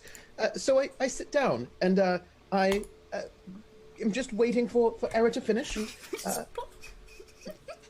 sitting. I'm feeling like I've done a little bit of adventuring that didn't involve poop this time, so that's nice. Congratulations. That is kind of a feat for, I guess, my channel. Oh no, actually, Abalek makes a very good point. I take out a small towel. Oh. And I hand it to my waterlogged friends. I was like, a towel? And it's a nice crisp white linen towel. Like a dish towel size. Yeah. You guys can start kind of covers the neck. drying yourselves off. Cicerone will just do a big wet dog shake. Yeah, you you begin to shake water everywhere. Malone puts his tongue out. It's been days since I've had good clean water. Oh, that water's not clean. Malone, it wasn't clean. It is Cicerone's turn. If everything looks under control, he'll just keep drinking. I love how everybody thinks Era's just got it under control. She's literally punching things in the water and everybody's like, towel? How are we feeling? Are we good? I'm feeling really good right now. Strengths all around. Right? Yeah, awesome. How's your ma? She said she was fine. Faraday, it is your turn. I cast magic missile at the eel. Nice. Okay, go ahead and cast magic missile. For force damage. You chip away at it. You watch as this actually does pierce the water. And pews and pings it in the side, and it kind of, in its stunning mark, kind of changes shape and slithers into itself. Coils in, if you would, inside of the water. Doesn't kill it, but is definitely more injured than it was. Definitely more injured than it was. Making it the wisest of druids. Wise you. Oh boy. Oh boy. Oh boy.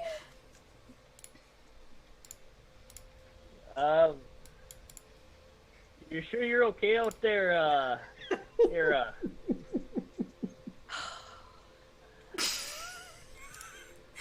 You're flailing about. I imagine you're kind of like Just under like everyone's chatting in the back, in the boat, and in the background, I'm just. It's hard to tell if she's being sarcastic or not. Going underneath the water, and then you come back up, and I'm grabbing on it. So you have to make your wise choice on that if she's doing okay or not. Oh, my wisdom is 7. I'm sure she's fine. I'll cast Entangle one more time. Oh, very nice. Okay, this one will make a strength check again. It rolls a flat nat 20 because it has no strength. Oh, it rolled a natural 20. Oh. And it slithers. The vines come up again. It watched this happen to its eely brethren, and it's not going to happen again. And it dodges the entanglement as it swoops up to catch it. It is the eel's turn. It's going to try to break the ropes. I probably needed the nat 20 for that, but okay, it does not. It's like...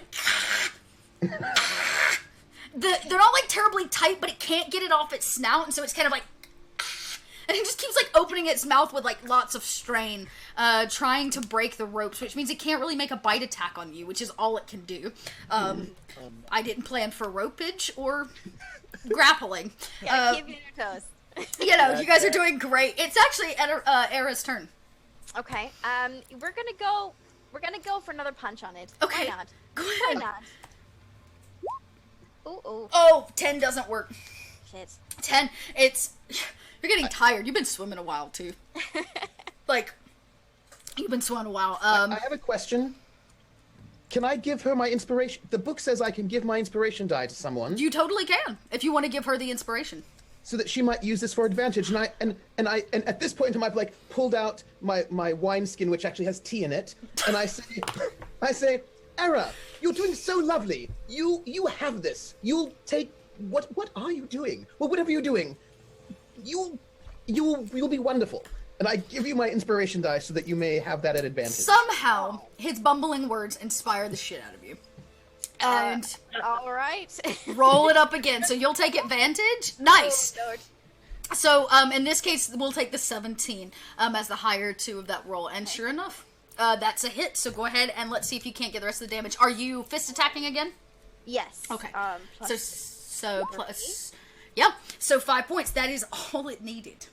Oh, thank God. Praise be. And you make that final blow to the top of its head. You can feel its skull cave in, bone against bone, and it goes limp in the water. Its body kind of floats to the surface. It like bloops. Oh. The waters fall silent for the first time in a while. And you're just left with Malone, the sound of water clashing against the boat, and of course, you treading water. Are we out of initiative? You are out of initiative. There's nothing left. I'm gonna start swimming towards the boat. Eel in tow. Oh, I was wondering there, Era, do you mind if I take a slice of that? I use it from my not bardic, my druidic ritual, sort of speak. Did you kill this creature? I'll fish one out myself. I was about to say, there are 4 eels. You guys are welcome to make a strength check to reel them in. That's all it'll take, because they are heavy. They're solid, like, eel. But they are good eating. Yep. I don't help.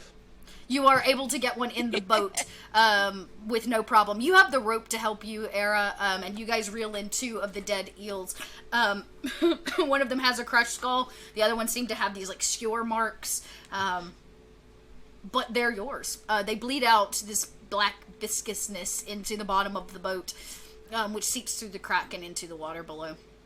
I literally take a bite out of one. Sure. Roll a Constitution. You just bit into a straight up raw eel. Yep. And I gotta see if you can just get through the hide. It's like that's a texture and a half. Yeah. You guys watch it. And you can't even do it with 2 hands. You gotta lift it up like a baby. It's like drooped across your arms, and you take a giant bite out of it. It's slimy, very fishy. I it like a baby, and. And you guys watch as he rips a huge piece of eel flesh away. That's too much for Cicero, and he just. Can I say it? Can I say it? A small chant in Druidic, and now, due to my Druid circle, I can, when I get the ability to transform into it, because of that ritual, I may now transform into it once I get the ability to do that. Very I'm cool. not that level. Yeah, for sure. You're not the high enough level, but you you commune in some way, shape, or form by munching this creature. Yeah, you learn its ways. Sorry, thank you. My allergies are a mess. It's summertime here. So yeah. You sit quiet. Malone goes, should we keep going? Yes. Or should we take the eels back to shore? I actually don't know we should which keep way going. it I feel is. quite invigorated. This is if only my parents could see me, they'd be so proud. Probably not. They're never proud of me. Malone rolls a survival to get back on track. Great. He goes, I don't know a lot, but I know it's this way. And he starts like rolling again. As you begin to feel the bottom of the boat. It takes you about another 10 minutes. It's relatively quiet except for the eerie kind of sounds and whispers that sit on the air and in the fog. You finally kind of begin to rake bottom.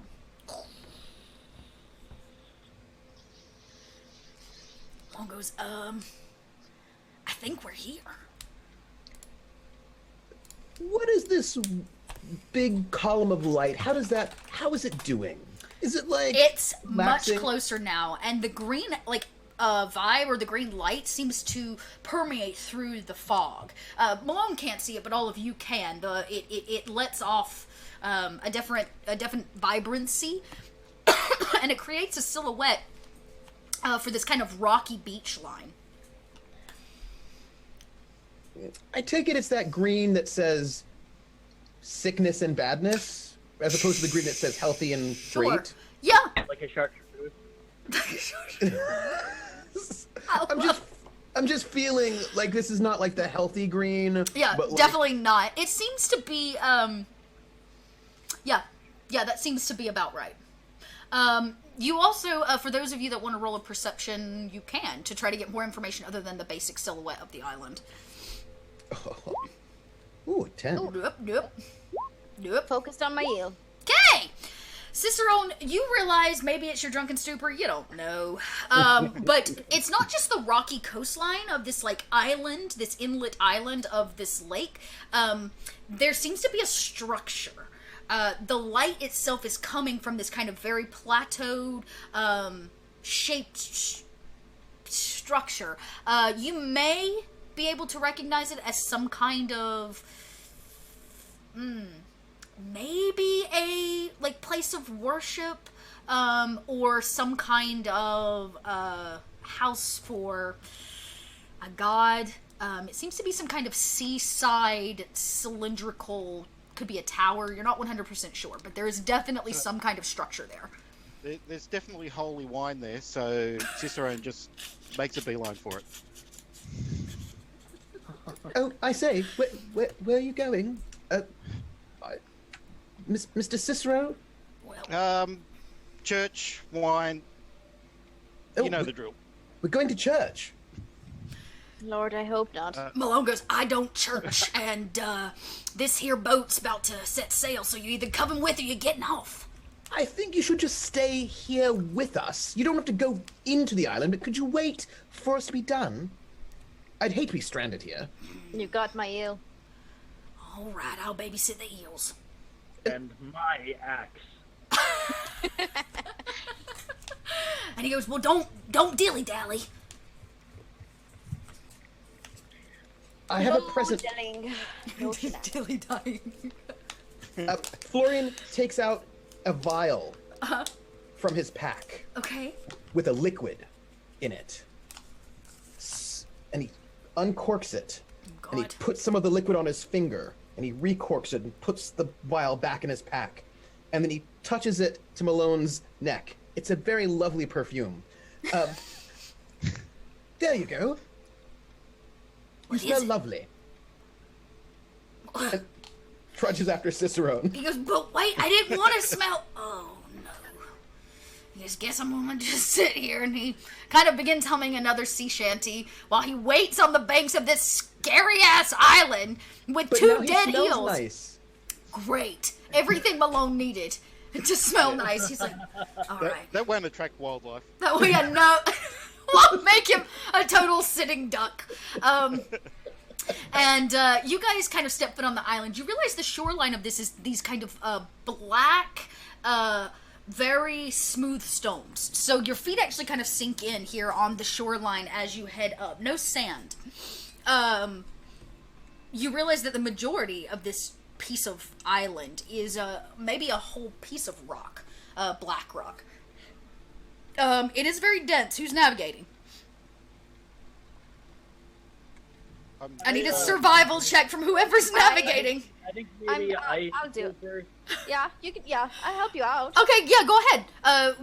Whoever wants to roll it can take an advantage for you guys convening on which direction to go. Very nicely done. Okay, that'll definitely work. Anybody else?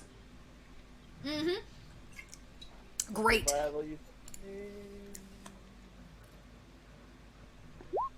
Nice. Nice! Yeah, double 18s. It's meant to be. It could be the giant damn beam of light coming up from the center of the island, or it could be just your innate navigation skills. But you're able to decide that there is a kind of clear path toward the center of this island. The fog is dense and thick, and like I said, as you travel, you get this eerie vibe that things are just constantly watching you. Figures come in and out of the fog, and every time you turn to look, it and dissipates into something else. The closer you get, the greener the light is. And sure enough, as Cicerone said, there is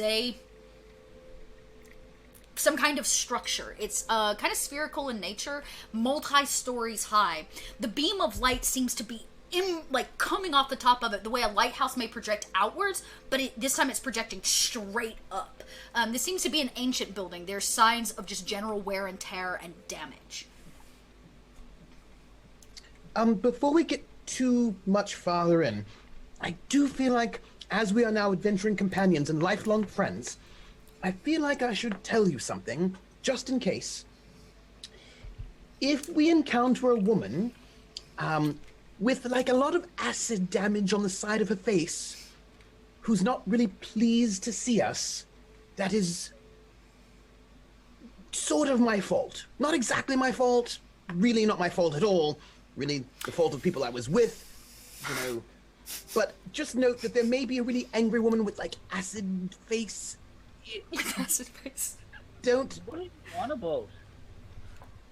I'm just trying to warn you is all. Don't date her. That's all. Don't date an acid face woman. We don't Got it. need... Thanks. You're welcome. Although she does like Dragonborn, so Faraday, maybe we might be able to woo her with honeyed words. A sonnet, perhaps.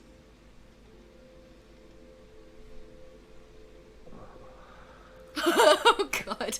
And as you guys continue to traverse, hearing the story of how you should not date the acid-faced woman, you kind of come to the base of this tower. It definitely looks like at one point it might have been a lighthouse of some kind. It seems to now be repurposed. I will take any of the following checks. I will let you decide which one you want to roll. You can roll an Arcana check. You can roll a general perception check. I would also take a history check here. You make your choice. Oh, very nicely done. Okay. Okay. Lord Florian? Okay. There used to be rumors that there was a lighthouse out here. This lake was taken over by pirates many years ago, and they would hide in the fog. This is where their treasures were supposed to be hidden, and their secret hideouts. But this lighthouse was originally put here to allow fishermen to come and go as they please. That lighthouse fell to ruin after a large, unnatural storm that hit this lake before it changed into this foggy, dreary place. After that, it is supposed to not be, like, repurposed. You don't have any general knowledge or information of the repurposing of this, so it seems odd that there would be activity here. As for the perceptions, because all of you did very well on those perception checks, that's what you rolled too, right, Imperator? Mm-hmm. Great. Okay, just make sure, James. I do history because I don't pay attention to things. So with the perception checks, there is a beyond the green beam of light that is just pouring out of the top of this thing like a beacon.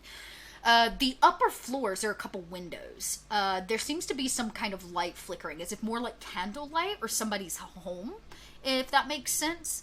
And there seem to be odd runes carved in the base of this place. Faraday, you recognize these runes. These seem to be some kind of ritualistic runes to make this place holy or hallowed ground, as if somebody may have repurposed this into some kind of temple years and years and years ago. It's no longer just a lighthouse, if that makes sense. And most of what you see here in these runes are going to tell you that it was not this is not a place of good worship. Most of these seem like sacrificial rituals and ways to bring gods out of their realm and into ours.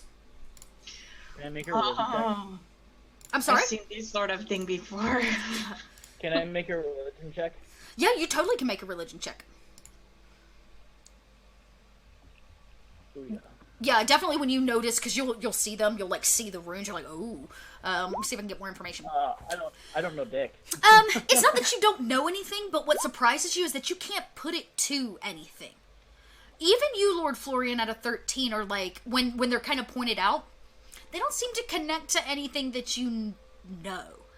I say, well, this is another pantheon that my family has given money to, not that as peasants, or anything like that. So no donations that I know of for a church like this. I also don't feel like we should join this church. Thank you! Team Shenanigan just came through, and shenanigans will now ensue. Oh my gosh, so much love. Thank you, thank you, thank you, thank you, thank you. Okay, well, this also means the second star was filled today, so it is Chug the Jug time, which I have just enough left to chug. More importantly, as you guys are standing around looking at these, Era, you rolled a really high perception, and as you look closer, you're like, wait a second. I don't understand these runes, I don't know what they are, but I can pinpoint when a child wrote something. Oh. And they are lining the edge of this thing. And as you guys are all standing around trying to take this in, there is a door into the kind of base of this, but you hear the sound and the crunching of small feet as they quickly rush up upon you. And there are a couple children that come up with spears in hand. They seem kind of wild and unruly. I've read this novel. Yeah. Get off the island! And they come running up, and a few of them are like, what are you doing here? Get off our island! I'll draw my pike immediately. I'm not afraid to kill no kid. I'll point it at him. I'm not going to type children. I'll point it at him, rather menacingly, and stay back. I'm gonna. Sorry, I'm chugging. He says. Chug. Chug. I was gonna say, I'm almost done. Hang on. I do like orange juice. It's healthy. So this is a healthy thing we're seeing right now. Woo! The champagne was in the bottom.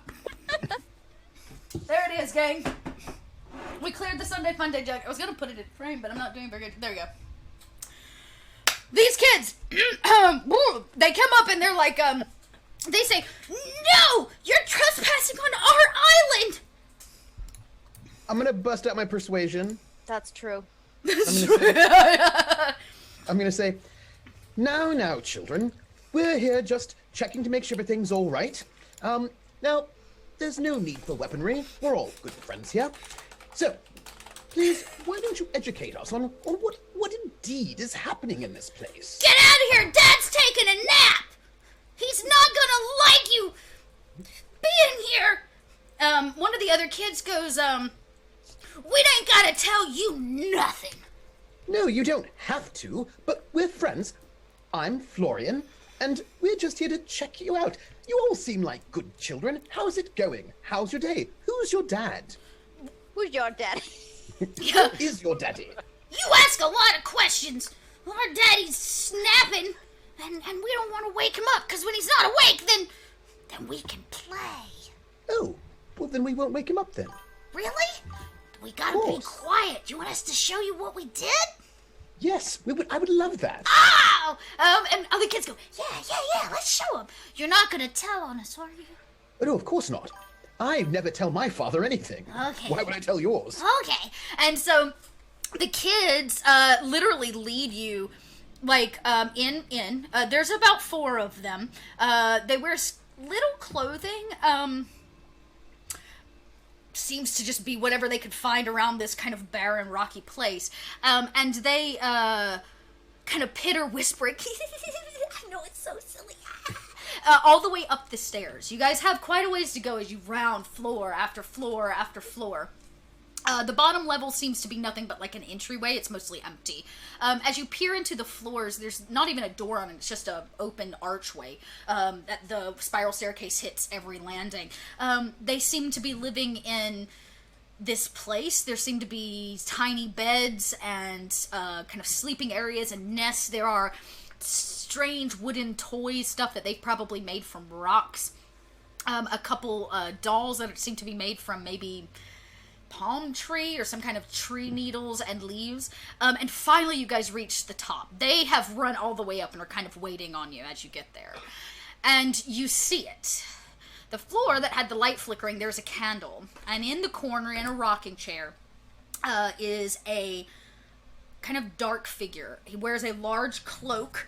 He's got his hands inside. You can't see his hands. And he sits in the chair rocking. You can't see the face at first, and then all you hear is like...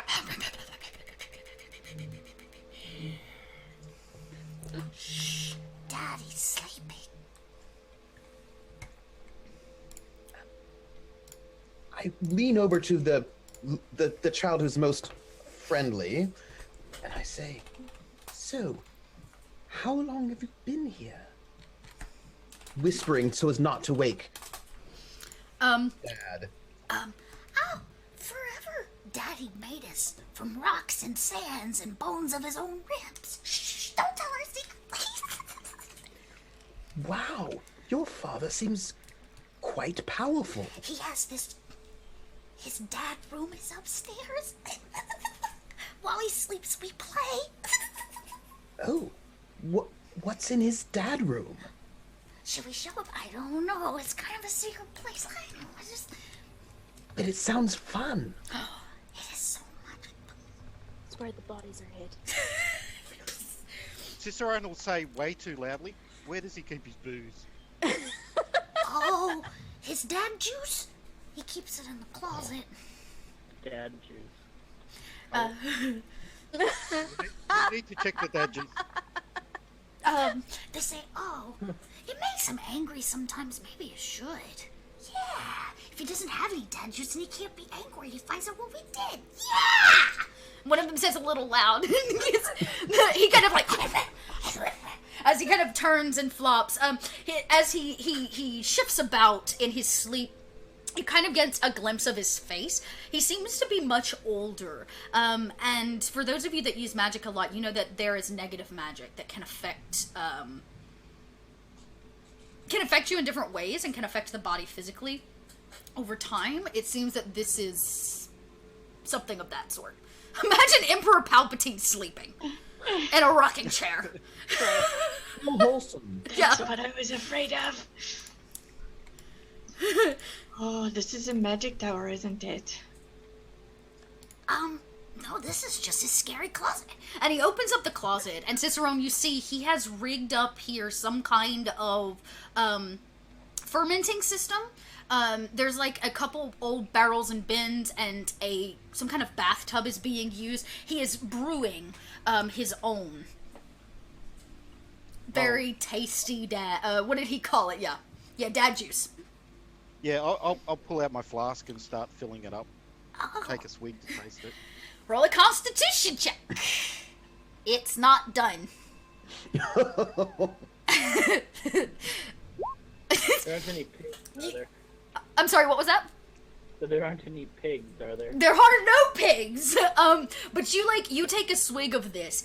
It is foul.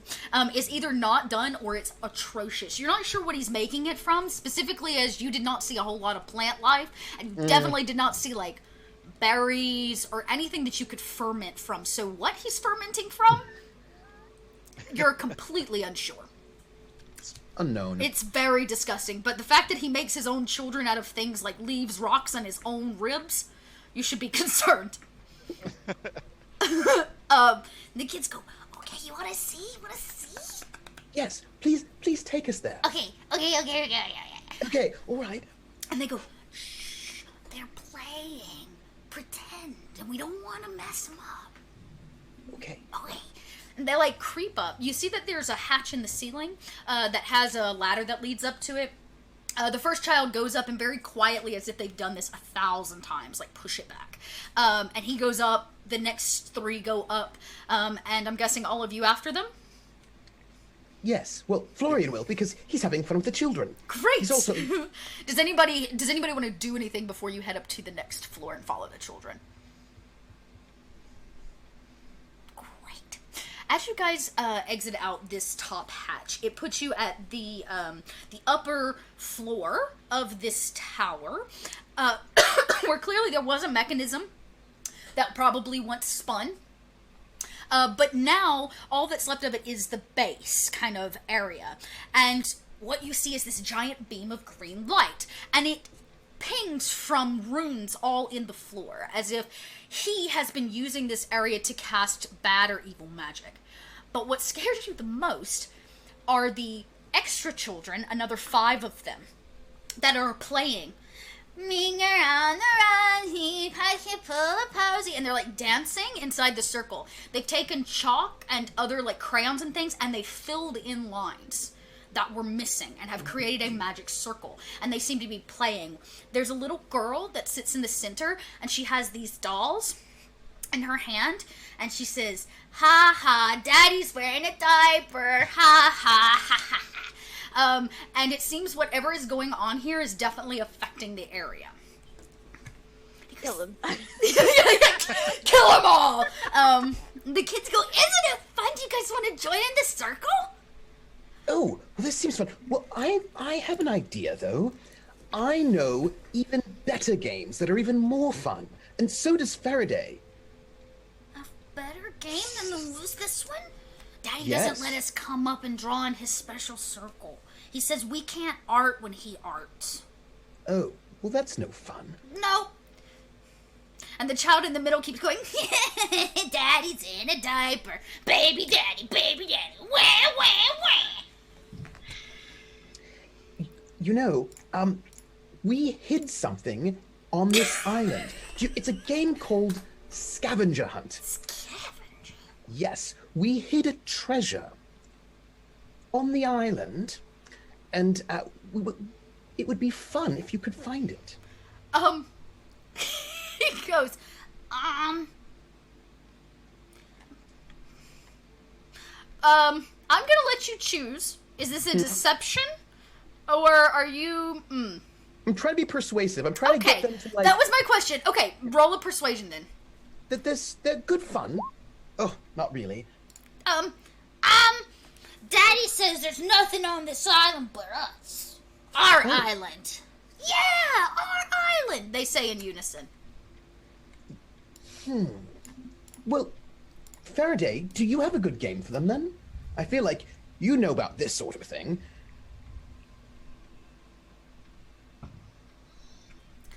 Faraday, if you wanted to roll an Arcana, you could to see if you can figure out like what's actually going on with the ritual circle. Oh, they've commandeered a ritual. They're doing some... Yeah, and it's all accidental, which makes it even scarier. Let's see if I can make sense of how they messed it up. Yeah. Okay. The thing is that you can't tell how they messed it up because you realize that they just drew some shit that possibly the ritual circle he was using before is to raise the dead. And that's how he's making these children. He's finding their bodies, and he's bringing them possibly back to life. But you're not getting an undead vibe. You're not exactly sure what he's doing here. But what's real crazy about it is the fact that he's keeping them, and that he's doing this kind of dark magic here at the top of this tower secretly, and when he's sleeping, the kids commandeer his ritual circle for playtime. And, yeah. So it seems bad. It seems what you're real saying. bad. It seems real bad. They have completed the circle, like I said, with like, you can see their lines are very different. His have been carved and grooved into the top. Theirs are like crayon and chalk, that they've put into place. And I thought my parents ordered a lot of children. and they go, now we can see, because last time we played, we had no light.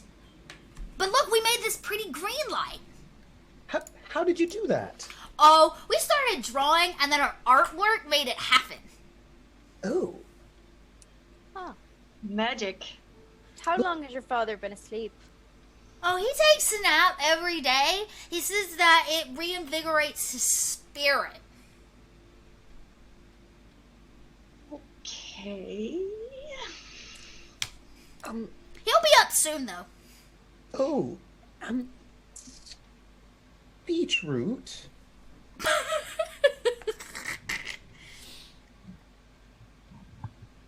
You have natural sorts of magics, don't you? You do magic too? Yes. Do you have perhaps water types of magic? Water? Not particularly. Well, if you need some water, sir, we've got a well out back. Oh, really? I really could use a bucket of water. A bucket? Won't Yes. you pee your pants? Well, Are not you gonna immediately. chug it? I would. I would love to chug a bucket of water. Could one of you get me one? They all turn and look at the very large, kind of tubby-set kid that seems to be much larger and bulkier than they are. He's eating something. He's like gnawing on who knows what. And he's like, okay. And he like gets up and kind of waddles and starts down the ladder. You hear him kind of poof at the bottom, as clearly he like missed the last rung or something. And he's starting down to go to the well to get you some water. You don't know how long it'll take. I feel like a bucket of water would be lovely.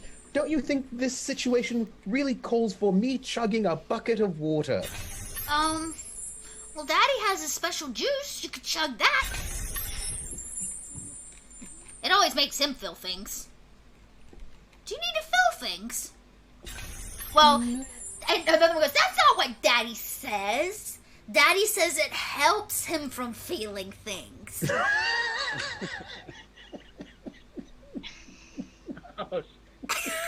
Oh, wow. I don't think it's ready. Is there any plants in the room?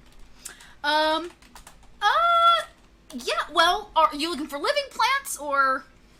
The undead plants. Because the dolls seem to all be made of some kind of, like, corn husk or tree leaves. The island itself, just being a druid, you know that there are some trees on this island, but they're kind of barren, as if over time have been heavily affected by the amount of fog and, like, lack of sunlight. But yeah, I would say, do they have house plants? No. I mean, is there anything that I could kind of, like, entertain them by making it, you know, using Druidcraft and making it, like, bud? Oh, yeah, I would say that all of the strange and kind of creepy corn husk dolls that this child is playing with, you are more than welcome to, you would be able to control with Druidcraft on some base level. Sure. So, I will do that and say, oh, look here, and, you know, like... hope that they go for it. Yeah, you kind of start playing with them, and they go, oh, look at him dance! The little girl in the middle goes, give me my doll, he's back! And she, like, stands up. The kids are kind of making a commotion. You hear, you hear downstairs, the other child has come back with the pail of water, and you know it because he was clearly trying to climb the ladder with it between his teeth, and he drops and spills it everywhere. The bucket goes rattling downstairs. Water spews everywhere. And you hear a voice go, what's going on? So kind of like Pippin in The Mines of Moria. Yeah, the kids go, one of the kids goes, uh-oh, Daddy's awake. I instinctively look for a place to hide. There are very few places to hide a beer. There is some kind of altar at one end, like it's just a table set up with some like ragtag things. The children scutter. One of them runs over and like wipes away the chalk and goes, hide it before Daddy sees. Oh my God! They are bustling about you as if the five of you do not exist at all. They like quickly, it's like they have a routine. They like wipe away the chalk, they hide the dolls in their clothing. One of them goes and puts a doll back on the altar, and by the time the hatch door flings open and slams, and this dark, shadowy figure like emerges from this hole. The kids are like, they're like lined up in rows and they're all like smiling. And he goes, what's going on here? I don't know why he talks like that, but he does. He goes, we have visitors. Why didn't you wake me? Welcome. How are you? It's very lovely to meet you. I am Florian. These are my friends. And who might you be? To whom do we have the pleasure? He clearly is like woken up from a nap. You see him like reach to touch his hair as if he doesn't have a robe on. And I bow. And he like pulls it down so you can't really see his face, and he says, well, I'm the arch necromancer of... Who I am does not matter. What are you doing playing with my children? Oh, well, they needed a little bit... They were being a bit rambunctious. Do we call you Archie? Would that be what we call you? Lord Archie? He says nothing. Nonetheless, your children were causing a little bit of shenanigans, I'm afraid. Shenanigans? This is a non-shenanigan zone. I assure that my children are the best behaved. Just look at them. And all of them were like... They're not that well behaved. They didn't even offer us a drink. He turns and looks. No wonder you tumbled down the stairs with a bucket of water. Children, were you trying to be kind to these fair people? They yes, were. Daddy. They all say in unison. Creepy. Yeah. Yeah, this whole situation, you're like, He goes, well, I do appreciate you waking me up, but and he kind of walks over and he stops. And you see that they've missed a piece of chalk line. And he goes, children, what is this? And he like points. And the kids are like, nothing, Daddy, we just wanted to come up here and clean your space for you so that it was super nice for the next time you bring one of our brothers to life. And he goes, you're not lying to me, are you? And like fire shoots from his eye sockets. And they go, no, Daddy, we're not lying, we swear. And he turns and looks at all of you, now much more composed, and he says, my fatherly instincts tell me that the five of you actually stopped my children from doing whatever it is they were doing. Yeah, that's right. I don't know how you got here, or why it is you have come here, but I appreciate it. We were going to have a large dinner this evening of eel and stone. Oh, we have some eel. We could provide eel for dinner. Oh, well, I haven't gone fishing yet. This is fantastic. He says, would you like to stay for a father dinner? I would love it. For dinner. I've been making a father dinner. I've been making some brew as well that may take the edge off children. And he turns and looks at all of them and they like shriek. You know Daddy does not like you playing in his ritual circle. I will say they were very, very kind to us, your children. They didn't stab us with spears once. Tisk. Well, we'll have to work on getting a guard dog for next time. Come, let us have eel, stones, and banana leaves. The kids are like, yeah! and the kids, he goes, go on, set the table. The kids kind of putter away. He walks over to the center of the ritual circle, kind of noting that obviously, he wipes away the last of the chalk and he says, raising 9 children as a single father is no simple task. Do any of you have children? No. but I don't even have a get father. top lock for that thing. No, but my parents had an entire horde of them. Then maybe they will understand. I'm sorry I was napping when you arrived. I was quite tired after last night's endeavor. So, Archie, what are your plans for this lovely property that you have? Plans? I have already made plans. I have turned it into a sanctuary. This is my haven for my work. Oh, whatever is your work? What is your line of business? He goes, well, bringing the dead back to life, of course. Oh. Come.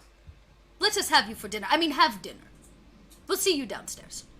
And he goes down the ladder and the door closes, leaving the five of you to stand at the top of his tower. Ritual circle partially carved in the ground. The smell of children and maybe cooking rocks, you're not 100% sure, come up from below. Off in the distance, you can quietly hear, mostly their Malone's voice, still singing from the boat as he waits patiently for all of you to return. And because of time, we do have to end Sunday Funday here. Well, our D&D Sunday Funday here. You guys have been invited to dinner with a necromancer. I'm like, is this seems like not a good thing, is it?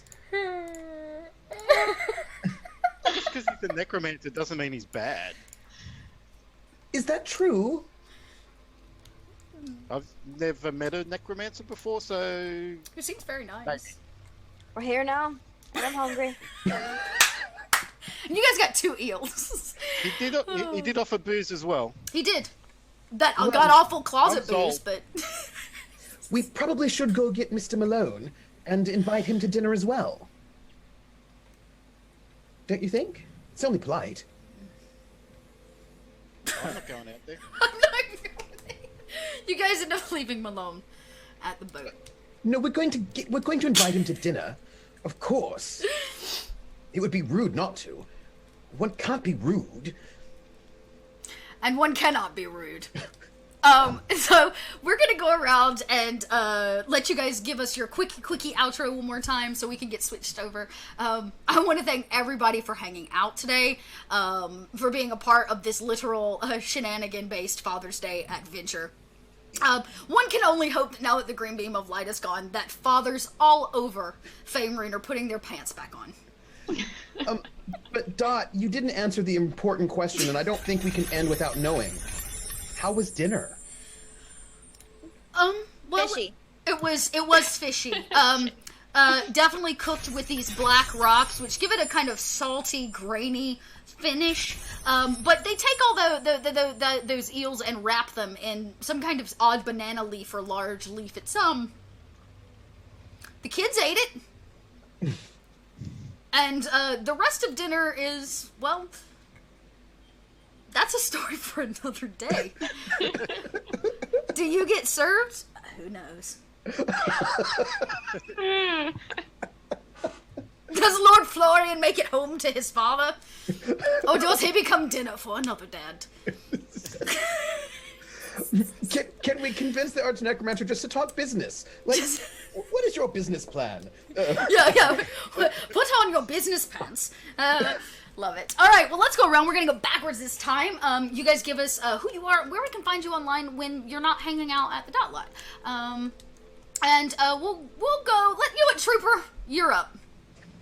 I'm Trooper SJP, and you can find me on my channel, Trooper SJP, but also I'm doing a Salt Marsh campaign on the Greyhawk channel on Fridays, and Wednesdays I'm reading a really bad novel at 6 p.m. called Atlanta Nights. It's set in Atlanta, and everyone should be there because it's the worst novel ever, and I love it, and I have permission from the authors to read it. That's so I'm brilliant. super excited.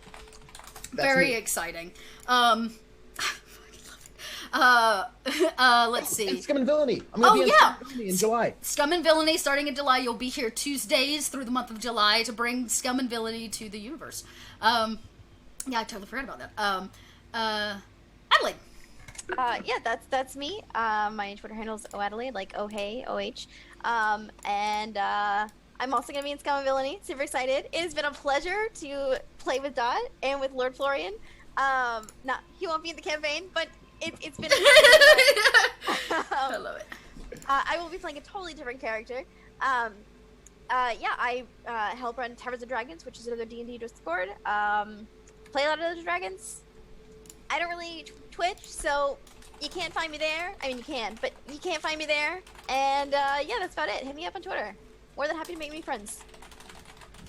All right. Very nicely done. Alyssa. Faraday seems to get herself into trouble a lot. She does. This is what happens when you show up to the Ginger Brew pub. That shenanigans find you.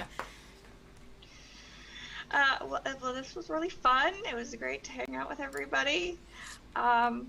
Always love playing with you. You can find me at Origami Shuriken on Twitter. And Thursday nights at 7 p.m. Eastern on twitch.tv/otherdoc for the Durance mini campaign. Ooh. It's a 3-part mini series of a penal colony in space. Oh, interesting. Yeah, little sci-fi. Little sci-fi, little penal colony, little. Love it. Yeah, we're trying to figure out how not to starve to death on an inhospitable planet. So. Icar is the new black. Yeah. Yeah, Icarus. Icarus the new I love it. All right, Snow Dogs. So I'm Snowdogs. You can find me in Discord, on Twitter with the same handle, and generally checking out really great people like Dot's channel in chat. Very nice. Very, very nice. And last but certainly not least, Imperator. I am Imperator Eritis. James Stevers. I have my own little Discord where we play games and everything. It's kind of been dying a bit lately, unfortunately, because none of us have time, and it's incredibly difficult to time zone because we have a DM right now who's running a game, and he's in Australia, and then we've got a guy from Brazil, and we have people from all over the place. Well, that's cool. I'm trying to make a place kind of like the Dot Lot myself. I don't stream yet. I don't know if I ever will. My aim is to have fun, so if you don't want to put your face out in the public, you can come and have a private game over Discord. Cool. So is the best way for them to like find you and learn more about that your Twitter? Yeah, so I'm Imperator Eritis or Imperator Eritis just about everywhere now. Cool. So I had a blast with all of you. Thank you very much for having me. It was, as always. And I just say to the rest of you, it's school later, bud. Very nice. Had a big blast, you betcha. Yeah, you betcha. And on that note, I remind everyone that the Sunday Funday is not done. After chugging that jug, I have to go take a bio break. And prepare myself for the next game. Next time we here in about 20 minutes or so, we're going to be jumping into a Fate Accelerated game called The Breakfast Cult. If you tuned in for the live MomoCon stream, we're going to be continuing that and popping right over to it. Looks like I just had a player call out, but it's cool. We got a couple 3, so it may be a shorter campaign, but knowing these 3, we're going to end up in solid shenanigans. So tune in, stick with us, and we're going to hit a countdown here, and, have a good Sunday Funday and a great Father's Day. Until next time, which will be in 22 minutes as my countdown.